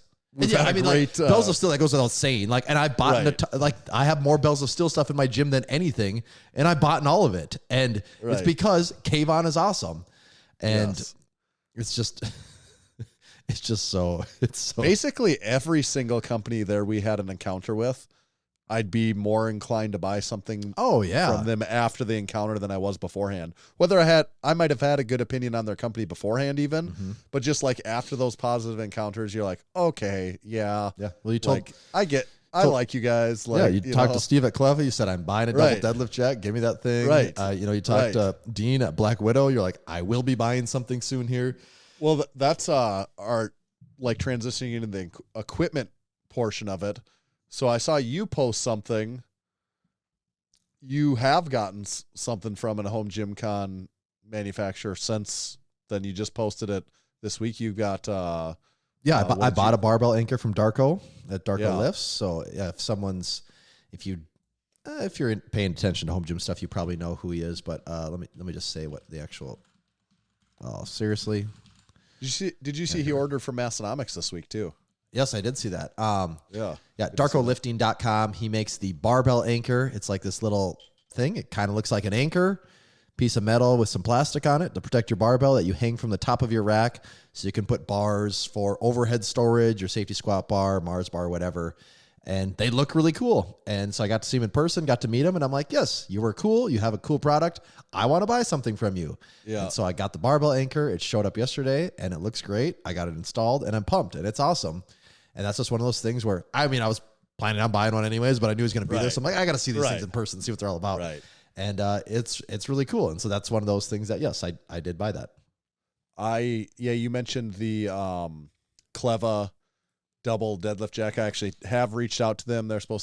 He said he could round, they don't really have the double for sale. Which is surprising. I feel like they would move those things like crazy. Right. But he said he could round up the equipment, so they're going to invoice me for one of those, and I'll be having one of those coming. I did buy another barbell rescue brush. That's on my list here. Since we're there, I'm like, I'm going to buy another one of those. So I bought a second of those, which does fit perfectly in the Drink Spotter Light. For anyone that I was kind of thinking maybe I should have a barbell rescue brush on every rack station. In the Drink Spotter Light. Just to eliminate one more possible excuse for someone to not. That also really drives into people's head like, oh, I should be using this. It's here, which means I'm supposed to use it. Right. And I did use code on paid for that. Saves me, I think, like 10% off or something like that too. I haven't yet bought it, but I am going to the 2-inch knurled axle bar from Black Widow. And those are really cool. Yeah, I'm going to get one of those. Actually, pretty, like, even with shipping, I think it's under $300. Yeah, and it's... So those are my main equipment things so far. The coolest thing about that bar is probably that finish, that powder coat that he puts on it. Like, even the powder coat has, like, a level of grip to it. Yeah, it does. So that's a really cool axle bar to get, for sure. That's a good piece. Is there anything else that we saw there that you feel like you... Well, I'm gonna get a barbell rescue brush here pretty soon. Yeah. I just haven't ordered one yet because I try to not use chalk as much as possible, but... I have finally started using it a little bit. And so I got to get that bar cleaned up. So I'll get one of those ordered pretty soon here. I'm trying to think of just specifically things at Home Gym Con that I need to... I don't know. Probably some... Well, I did actually just buy some more single bar holders from Bells of Steel for holding bars from my rack. I'm trying to avoid putting bars on the wall because then it takes into flag space, it's eating up into that area. So I have 2 single barbell holders and the anchor. That's enough for 4 storage, 1 in the rack. So that's enough for 5 bars. I feel like I'm probably good for a while at that point. Yeah. That sounds good. So we did get to find some from personal gym equipment stuff there that we need then. Oh, and I did the the nice people at Cleva, they did give us a deadlift jack, a single. Oh yeah, got to get that carpus. We thought about bringing it on a was plane. kneeling It that. easily would fit in one of our carry-on bags. But we're like, And then this we were does look talking to surprisingly like an Well, axe going we were through. talking to Goob actually, I think at the time, and he looked at it. And he's because they wanted to give him one too, and he's like, that thing looks exactly like a hatchet, right? Yeah. And I'm like, yeah, this literally looks like a weapon in Just flip every it upside way. down. Oh, yes. Yeah. Like they even it's like styled in a way that it almost looks like a weapon. Even Yeah, like it looks so like it's Coach Carp designed to has that bury it in one. yeah. Got to drop that in the Yeah. mail. So I'll have that showing up at the gym here sometime. Yeah. I did have a feeling actually from like reviewing some of our video footage of it that we're so busy like kind of working when we're there that in some ways I even was looking at me, like you had B-roll of me. I was just messing around on that one bench doing like really short bench reps.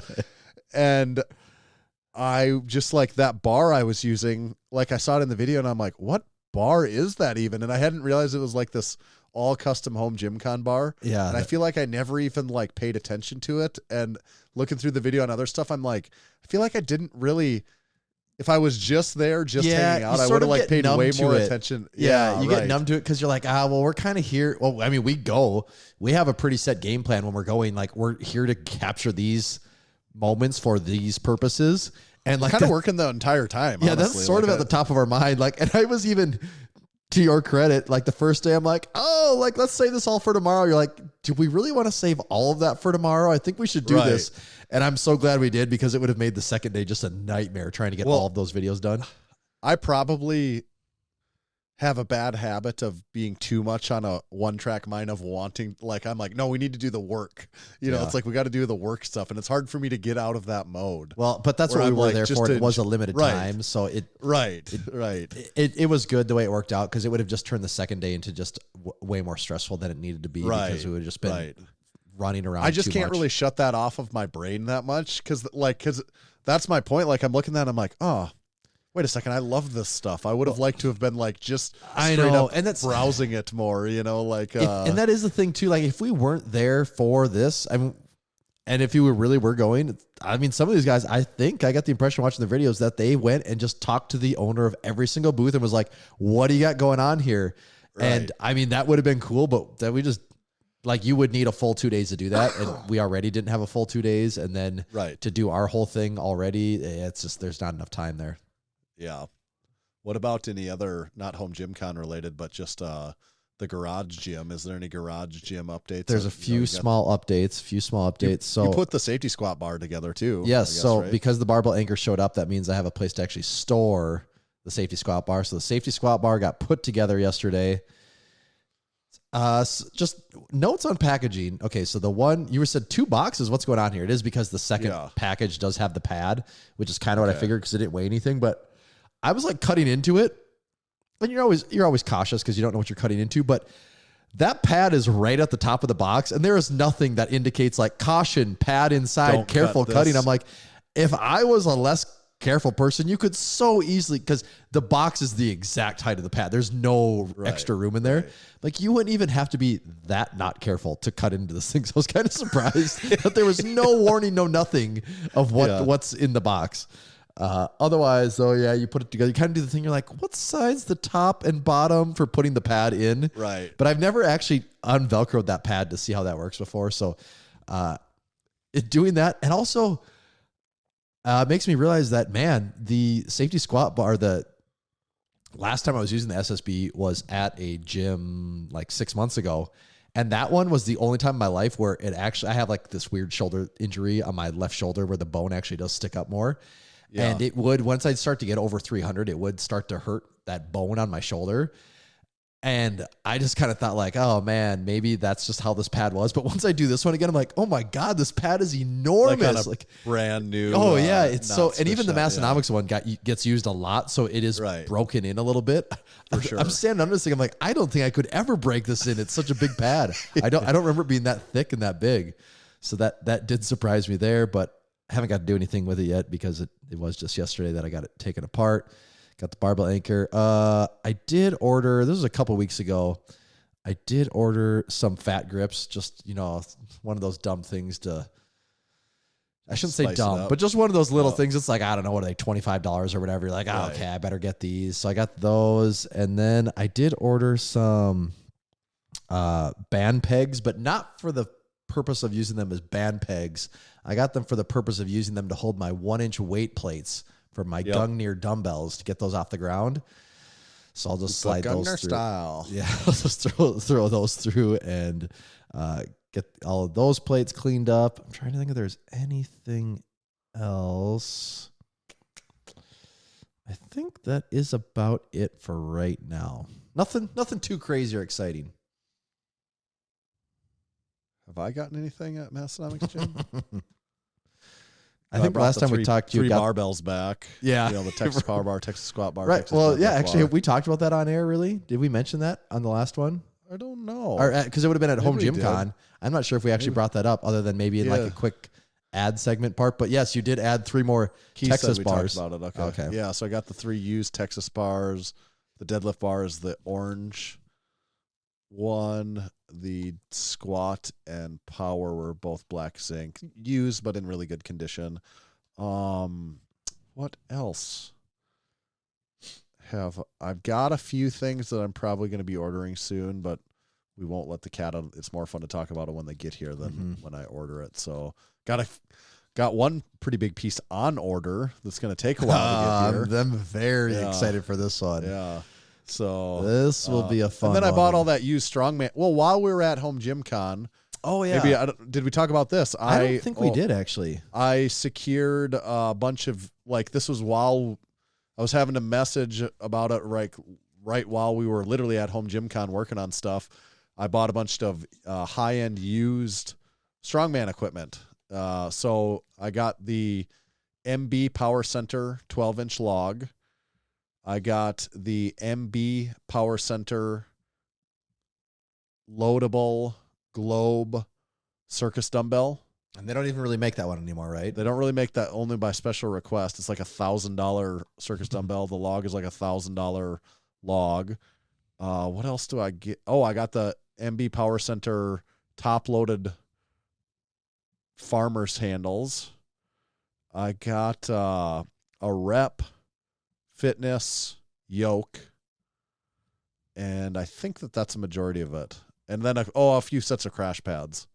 Used crash pads, and that was all one deal that I got that coming. So the log will get used at the Lift Hard Live Easy Classic for the log event for the men, heavyweight men, and big men and bigger men will use that log. And that's a But good I haven't haul actually right picked there. that stuff. It's all sitting in Rapid City at my sister-in-law's house, so I need to get out there and pick that stuff up this summer. Oh, I'm sure they'll fine with it just being there forever. Yeah, like in my mind, in the stuff, you name it off, I'm like, well, the yoke comes apart and it's just a log and the dumbbell and it doesn't take up that much space. But then at garage or at Home Gym Con, that's when I saw this dumbbell in person for the first time. And I'm like, oh, this thing is huge. Just this dumbbell alone is significantly also bigger a than yoke, yeah. whether it's taken apart or together. Also, it has several pieces that takes up Yes. some room. A log is enormous too. Yeah. Yeah. And she sent me the picture. I'm like, oh, yeah. Oops. That's bigger than what I was planning. But My bad. yeah. It's a really good deal, though. So it's kind of doing me a solid. You're just gonna have to hang on to those for me for Yeah. So the strongman equipment section of Massenomics is getting a big tune up there. yeah, that'll be How about a little sack segment? yes. Okay. Let's I've sack got it a couple things. One of this you already know about. This is from Home Gym Con, and this is from Big Kayvon. He hooked us up. Yeah. And I've actually got yours here, Tommy, that you're going to be wanting to have, I think. So Yes. he got us the Canadian version of Zins. He smuggled them across the border from us. So I'm holding them up on camera here. It's Zonic, nicotine pouches. And these, he got us Tropical Breeze and Berry Frost. And these are the 4 milligram size of this. And I have not had one yet. I do still have from our trip to the Arnold. Those coffee zins, is that what they were? Those coffee, yeah, and those are 2 milligram ones. Yeah. And This one's got double the punch. I had 2 of those on the Arnold driving trip in times of emergency late night when I needed to not fall asleep. And I also had one. I had one on my drive home about the halfway point, coming back from home gym con. Oh, you did. When you I were drove, driving under the influence or riding under the influence here? Of nicotine, and it was also in an effort of just keeping my eyes open at like 1 a.m. when I was. Yeah, I guess I never really actually got to talk to you about that drive home. That must have been pretty rough, right? Yeah, the first half, I always just know that first half is going to be okay, and then I just start to get the road hypnosis of like. Well, there's no cars. You don't see any cars in that second half. No, and so I think I've had 3 of those in my life so far. Those are the 2 milligram. I think the smallest that they make, and it is enough for me, honestly. Like that 2 milligrams is enough. Hey, this 4 I would be nervous about. You got to start somewhere, right? Next thing you know, you're hitting the 8s or whatever. I'm trying to get hooked. I am gonna leave it. I like it as that's why they're in my pickup, because if it's like a driving and I'm getting sleepy thing, and especially if it's in the afternoon or evening or night, because it doesn't like give me this residual not be able to sleep later thing like caffeine does at midnight. So it does serve that purpose for me. So that was our Canadian part of SAC. And this is not Canadian. This is from other friend of the podcast. See if I can scoop my ass out of here to get it first. And these I have not actually opened yet. Oh. You have something here and I have something here. It's quite interesting, as a matter of fact. And I'm not going to open it yet. I'm not going to try it yet until you get yours. And I think we should, I think we'll do a YouTube video, and we won't try these, either of us. Like, we'll get our actual first impression in the YouTube whenever, whether that's when you're here next or I'm there next and we're recording YouTube. But this is from Big Basement Brandon. He hooked us up after our discussion here. And what he sent us are the Pioneer, the Pioneer. They're literally in the package. I'm not even going to open up yet, but because I want it to be like legitimately us opening it up for the first time and trying them on. The Pioneer knee sleeves, like these are the heavy duty ones. And I would just say this is so fucking heavy compared to the old floppy SBD we've had for 10 years. Yes, because I've never had these, like, I've never even messed with anyone that has like these. Yeah, I haven't touched that. I haven't touched the heavy. I have no ones idea yet. what they even were. When you get these in your hands, you'll be like, "What the fuck is that?"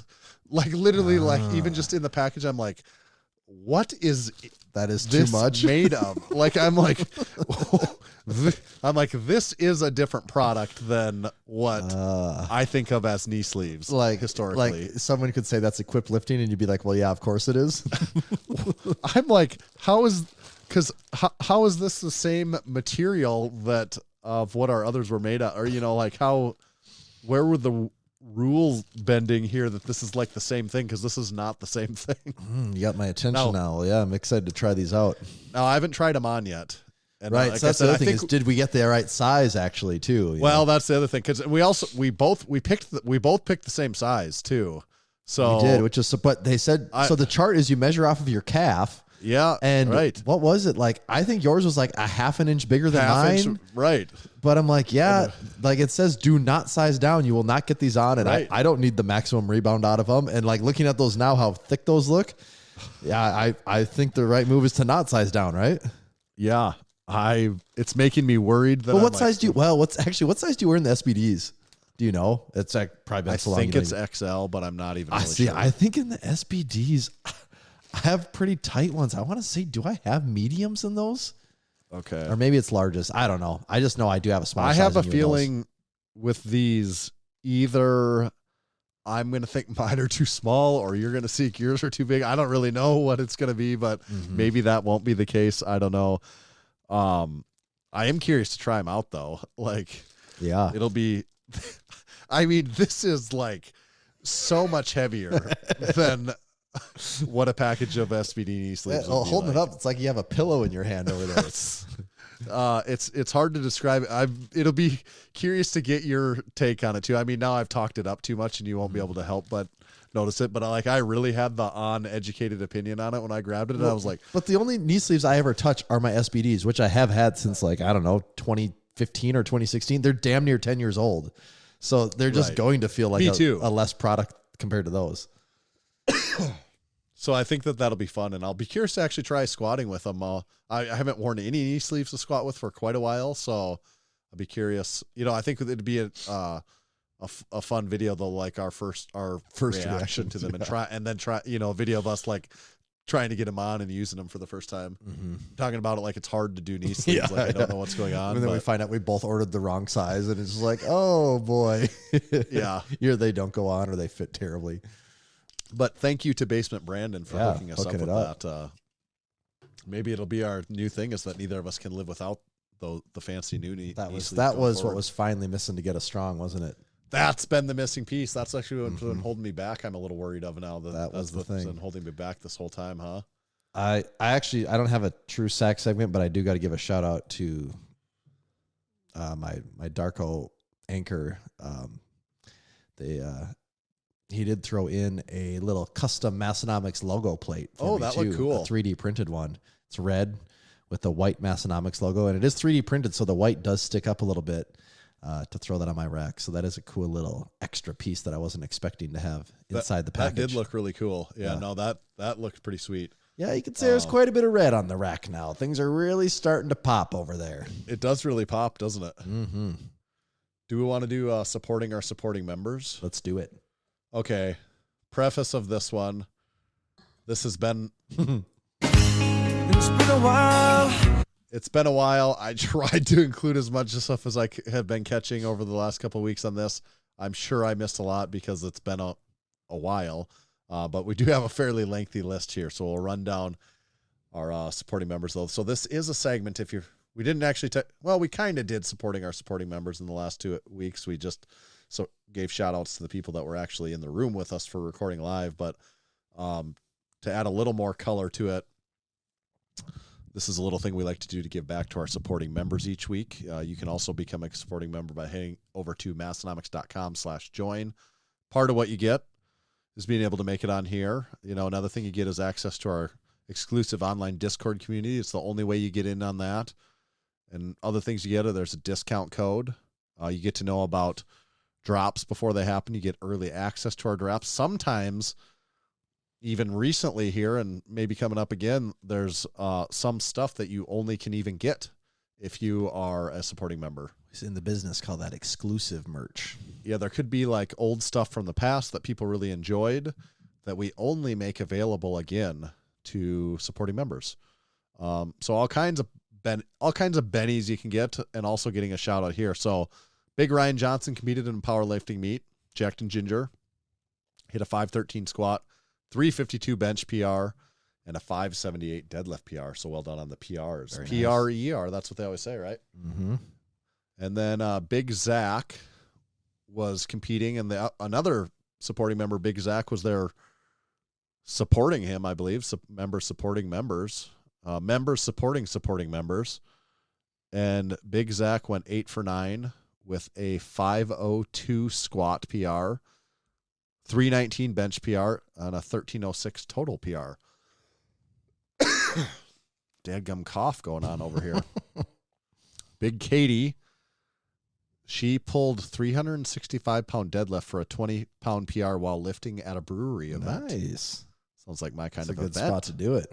Yeah. Big Hogan and Big Carp both competed at the home gym con strongman. That sounds like trouble. Yep. Big George Green and Big Kurt Locker were both helping run the event. Big Jake put on home gym con, the whole damn thing. Several others that we saw there. We talked about those in the prior week. So then we got Big Joe Wilhelm. Listen to this one. He had a 1934-pound total. Wow. At 298 pounds and 22 years old. Jeez. So a 1934 total. Big Joe is not messing around, is he? Yeah, he is not holding anything back. No. Big Garrett said they raised over $5,000 at their Ryan Hanks Liftathon. Nice. Big Ethan got married, hit a family PR on the marriage. Very good. Enjoy the funeral. Big Chris Hornick competed at Rapid City USAPL meet, a meet that Tommy and I are not strangers to. But, you could say our roots go back to there. Yes, they went 9 for 9 with a 446 squat, 264 bench, 512 deadlift for a 1223 total PR. That's a nice meet Big Chris put together there. Big Jory also competed there. I do not have his numbers, but I know he lifted in that same meet. They got a picture together. Happy to see that. Big Sneez competed in a USPA meet and won a medal. That's all the further details I have on that. But say no more. Big Bryce, the Beast from the Southeast, competed at the Ed Cone Classic last weekend. He had himself a meet as well. He did a 754 squat, 405 bench, 730 deadlift, 1880 total, 78-pound total PR. Looks like he also came back with a couple of 100-pound York double-sided plates. He won in several ways. Said he's going to be kind enough to bring those to Massenomics Gym. Just drop them off. When he's coming. Big Matt and Big Lou were also both there in attendance. Mm-hmm. Then I've got Big Mo, hit a 5K PR. He competed in a little 5K with about 31 minute maybe, if I understand minutes and seconds and stuff like that. So if it's metric or standard, it's hard to tell. They start throwing in Ks, and I don't know what they're talking about. But the conversion running rate gets a little 5Ks. weird. So well done, Big Mo. Thank you to all of our supporting members this week. A long, illustrious list of supporting members. And also, thank you to Juggernaut AI. Oh, well, it's the training that Tommy's using right now as he's kind of getting stronger. You talked about his RP. Yes, I am. days. I'm on week, just to show you here, I'm on week 10, baby. Week 10? And do you got it just coincidentally peaked you for I'm just certain coincidentally just July? saying I'm 66 days out, so make of that whatever that you falls sometime in 2024. So if you could be like Tommy, you can use it, set up your peak date. You know, that could be a meet. If you had a meet coming up, you set up your meet date, and then it programs you right up to that meet, going through your hypertrophy blocks, strength blocks, and then peaking blocks. So hopefully setting you up to hit some big numbers, hopefully PRs at through that peaking phase, through your meet day. And like the way it's going for Tommy, you know, he's got scheduled RP 10 days, like on his deadlift. I said, well, was that an RP 10? And he's like, well, it's supposed to be an RPE 10, but it was like an RPE 7 because it's going too so strong well over here. Yeah. Did anyone warn you don't want to get too strong all at once? Yeah. You got to save some for the next day. I have heard that before. It's something I've been very aware of. For anyone that wants to check it out, find out more, please go to the website. That's juggernautai.app. Don't go directly to the app. Go to the website first, because that's where you can use discount code Massenomics if you choose to sign up. And please choose to sign up. It's only about $30 a month after that Massenomics discount code. You almost can't afford not to do it. juggernautai.app. Today's episode is also brought to you by Swisslink. That's right, Swisslink, the military surplus experts that you didn't know you needed. Just hopped onto their website right now, Tanner. Would you like to know what one of their newest arrivals is? Yes, I would really like to know. That's right. It's time to get cozy with some British sleeping bags. And man, these things are looking top notch. You know, it's summertime here in the Midwest. Or I Those should say, Brits know how to sleep too, don't they? I should say summertime's right around the corner, which means camping. And camping means, that's right, sleeping bags. So I'm looking through here. We got all types of them. You know, you were a military guy, Tanner. I got the ones that zip up around your head, kind of like a coat, you know? Yeah. British people, terrible food, excellent sleeping bags. It's kind of what they're known for, sleeping bags and beans on toast. Yes. It's their biggest national exports. So they got those. They got classic wool blankets. They got coats, parkas, shirts, sweaters. They got survival gear. They got backpacks. They got pretty much anything you can think of that's involved in the military, outside of actual guns, because that's not what they sell. But all the There's some hoops you got to jump through for those, I think. Yeah, they're trying to make this business Or really find them illegally if that's what you're into, you know, whatever. There's different outlets for that, but they got all types of great stuff. A Romanian rucksack. I mean, this thing is banging. So if you would like to check out the unrivaled collection from Swisslink, make sure you head over to swisslink.com. And while you're there, use code Why do I always forget their code? Use code MASS at checkout. That's code MASS to save 15% on your next purchase at swisslink.com. Code MASS, save you 15%. Thank you, Swisslink. Thanks, Swisslink. All right, Tommy, what else do we need to talk about this week? Is there anything? I feel like there was one. Oh, do I have a couple? Just a couple. Facebook Marketplace deals of excellent. the week. I like the segment. And I gotta get one out there. Someone had, actually, there was a couple things. This goes back to Home Gym Con. Remember there was a take thing. me back. There was, I believe we were on the way there. Someone put a post on of a guy selling a set of like York dumbbells, and they were insanely cheap. Do you remember that? Something about that. Yeah. I don't even remember because the deal, either the guy wrote the price in incorrectly or he actually did not know what he had. Because it was like really, it was something like $70 for like a set of 50s or something like that. He said no lowball offers. I know what I've got. Except he didn't really know what he had. Like you're lowballing yourself, man. Yeah. But there's that. Someone did post in the Discord. I forget the exact price. I believe it was in Sioux Falls just the other day. There was a set of Power Block dumbbells for $150. Oh, yeah. And that was actually a steal. Did that intrigue you at all? That did for a second, but I'm like, I just because it was such a deal. I mean, I could have them for a few months and probably sell. I don't know if I've ever seen Power Block for less than like $350 ever. I wondered if you were going to consider that one. I did briefly think about it, and it was one of those things where a month or two ago I would have been like, yes, that's it. I'm buying those right there. But I mean, I do have that need solved right now, so it's not super high on my priority list. And again, I'm the only one working out, so like having redundant options here doesn't do anything for me. So that's why I'm still just not in a huge hurry to do anything about that. But that is a smoking deal for Power Block. I've never seen. I don't think I've ever seen them for under $350. I'm pretty maybe even $400. Like people are always charging a lot for those things. They hold their value. Yeah, that did seem like a really good deal. So there was that. There is one item though that I did find just tonight that I thought was pretty noteworthy, Tanner, and that item was a Vibe Plate. The Vibe Plate 2440. This person wants $1,250 for it. And from what I can tell, it is one of the vibrating plates you do stand on. So this could be the missing piece at Massenomics Gym. That you mean the total body vibrator that I can finally call that old lady back here 7 or 8 years later. We got your Vibe Plate, lady. It's here. Yeah, I can finally call her back. The full body vibrator. Those are probably cost like $5,000 new or something. Well, if they're selling this one used for $1,250, I like to think that. I mean, assuming that new there. Well, actually, that doesn't mean anything because actually, I was thinking about this. This is something I was just thinking about the other day. I feel like you could have a game that's a real test of someone's character and intelligence. Is say take this used item that you own and price it what you think it should sell for.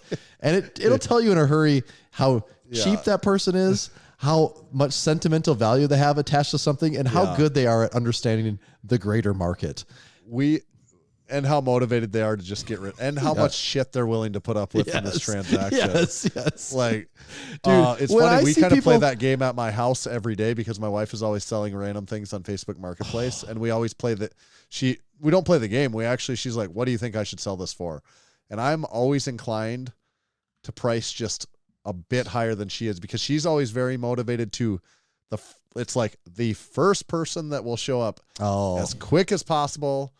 Just come get this, no strings attached. Just hand me the cash and take this. Like that's worth like her pricing at 50% less. Okay. If someone will just straight up come just like one message, pick it up in like an hour and go away with it. Like, so that's kind of her thought on it. And mine, I kind of feel that way a little bit too, but I like to pinch a little bit more out of it than she. I'm like, I can put up with just a couple back and forths if I can increase the price by a little bit more too. So there's just different ways that people approach that, I think too. Yeah, and there is, but I mean the offenders are the ones that are within $10 of retail. Outliers, right? It's like I told you there was one. This was for sale in I don't know if it was in the area, somewhere. So it might have been into Minnesota or something, but they were selling like 4 Rogue deep dish 45s.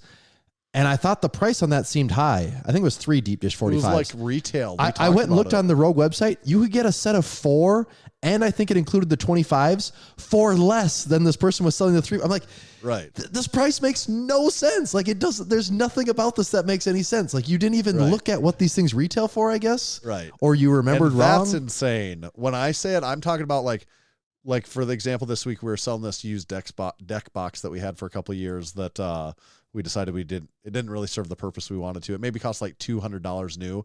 It's still in good shape. And she's like, let's sell it for $40 and get rid of it. And I'm like, well, maybe we should sell it for like $70. Yeah. And like ultimately we sell it for like $50 and just get it gone and like immediately. It's like I'm more like, I'm not saying like, no, we should sell this used thing for $180. It's like, you're getting a deal. The new one's $200. Yeah, it's like, it's like, no, this is shit it all over this one. There's like, right. Sucks, it's got man. sand in it. Yeah. And like your shit was all in there and I got to like pick it up and like somehow get this thing. After it's been through 3 winters and right. I mean, like there was, and we've talked about this, like the number of times that there's bars and things and they're like $10 off of retail. It's like, dude, no, that's not how this works. You don't sell it for $10 off of retail. Like no one's interested. And if you are, you're also an idiot for supporting that person. Right. Yeah. It's like an IQ test kind of. It's how they do. Like how hard are you up for money? And you also don't understand how this works. That is where you price things like an idiot. Yes. Whenever we sell something on Facebook Marketplace and around our house, that's called turning clunkers into cash. Cash for clunkers. Yeah, that's what I'm always like. Oh, I see there's cash on the table. What clunkers did you turn into cash today? But for me, more than the cash, I like just seeing something go out the door. That's the value of it. Sweet. It's like I actually got the money and someone took this away for me. It's a win-win here. Yes. Yes. Yeah. Aberdeen is the perfect size town for doing that. It is. It's so easy because everyone kind of, There's it's a so certain easy level to of know trust who for the someone most is. part. Right. Yes. Like it's so easy to vet who you're buying from. And you basically either know them or you're 1 degree removed. Right. Yes. Right. There's no way you don't have. Nah. Yeah, there's no way you don't have a friend in common on Facebook if you're not friends with the person, but you know who everyone is. And so you just know, like, if you're buying a couch in Sioux Falls, you're like, dude, that couch, who knows where that thing could have been and what has happened on that couch. In Aberdeen, you know who you're buying the couch from. And so you already you actually do. Way. Yes. And like you probably know the neighborhood and you probably when we moved like our make last house, when we moved our last house, we sold when we moved from Aberdeen, we sold almost all of our furniture because it was too big from a big house down to moving into a little townhome. It's like, we can't take this with us. And that was like Leah, both of them put them online and like we sold them to people that we both know personally. Like they had us like hit us up within like 30 minutes. Like I'll be there tomorrow. Like I'll be there because they know you. So they're like, okay, I like, I feel like there's going to be, that was treated a certain way, at least within reason. I know that I'm not going to show up and this thing's not going to smell like smoke or be like totally destroyed because I got to go into some weirdo's house to dig it out of their basement. Right. Also, like people do have a bit of reputation. So it's not like, yeah, I just sold you the shittiest, most damaged thing ever. They'd be like, really, man? Is that, it's just stuff like that. Speaking of the Aberdeen reputation, to make it podcast official. So last year, Tommy, you were nominated for the Aberdeen. What is the thing called? I forgot until you said, is you're under 40. Is it 4 under 40? Is that what it is? Okay, that might be what it is. I know it's like under 40. That's part of it. And was it last year that you were on that or something? Or it was either last year or 2 years ago. It wouldn't have been last year. Maybe you wouldn't have been here at this point last year. Yeah, here actually, I have the file on my computer here for it. I can tell you a date. 2022. So yeah, 2 years ago. Okay. Yes.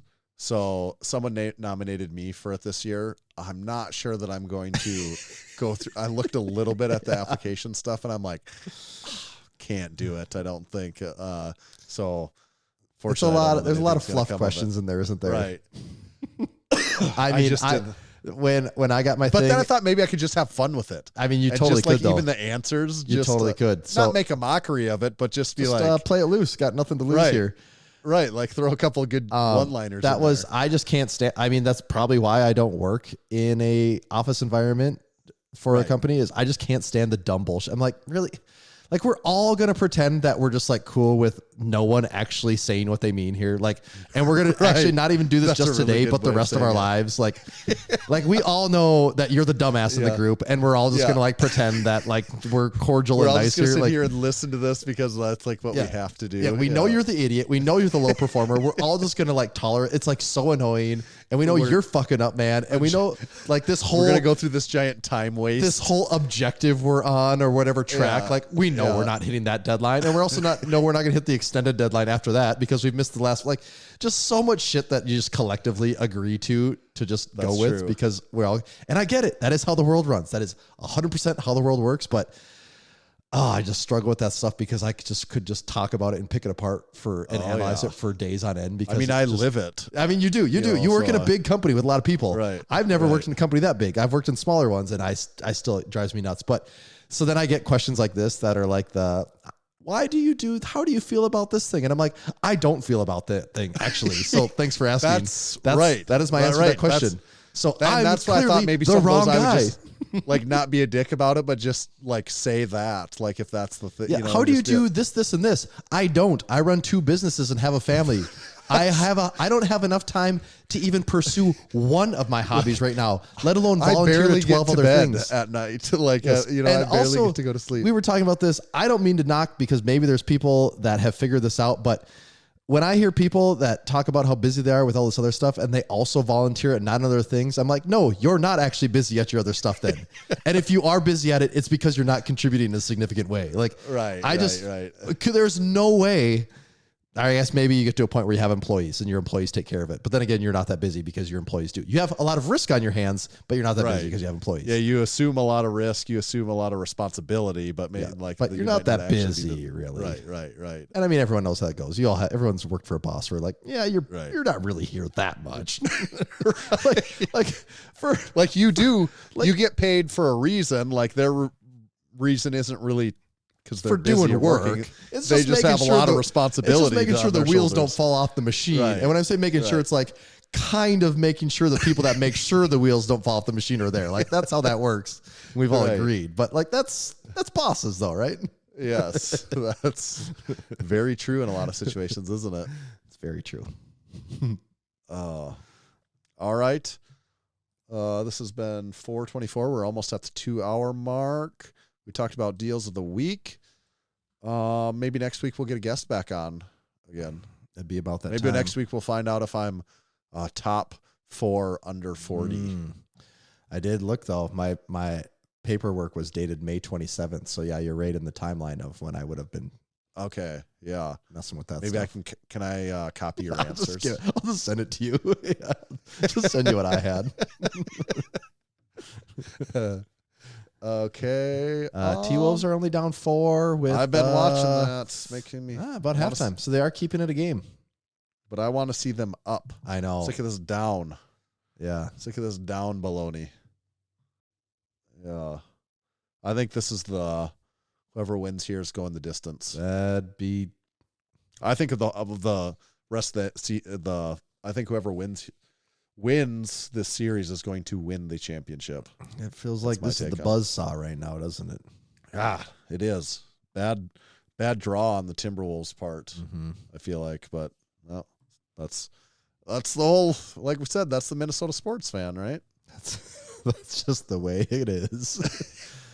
That is it for this episode. We talked about our sponsors. Just thought maybe I'm forgetting anything. We're not forgetting anything, are we, Tommy? Looking through the old list here. We didn't leave Kevin at home for our trip, did we? Oh, nope. Kevin is right here with us. Yeah. Whatever it is, it can wait till episode 425. Yeah. Tommy, where do they find you at? You can find me at Tomahawk_D, where I do actually post now. Yeah, that's true.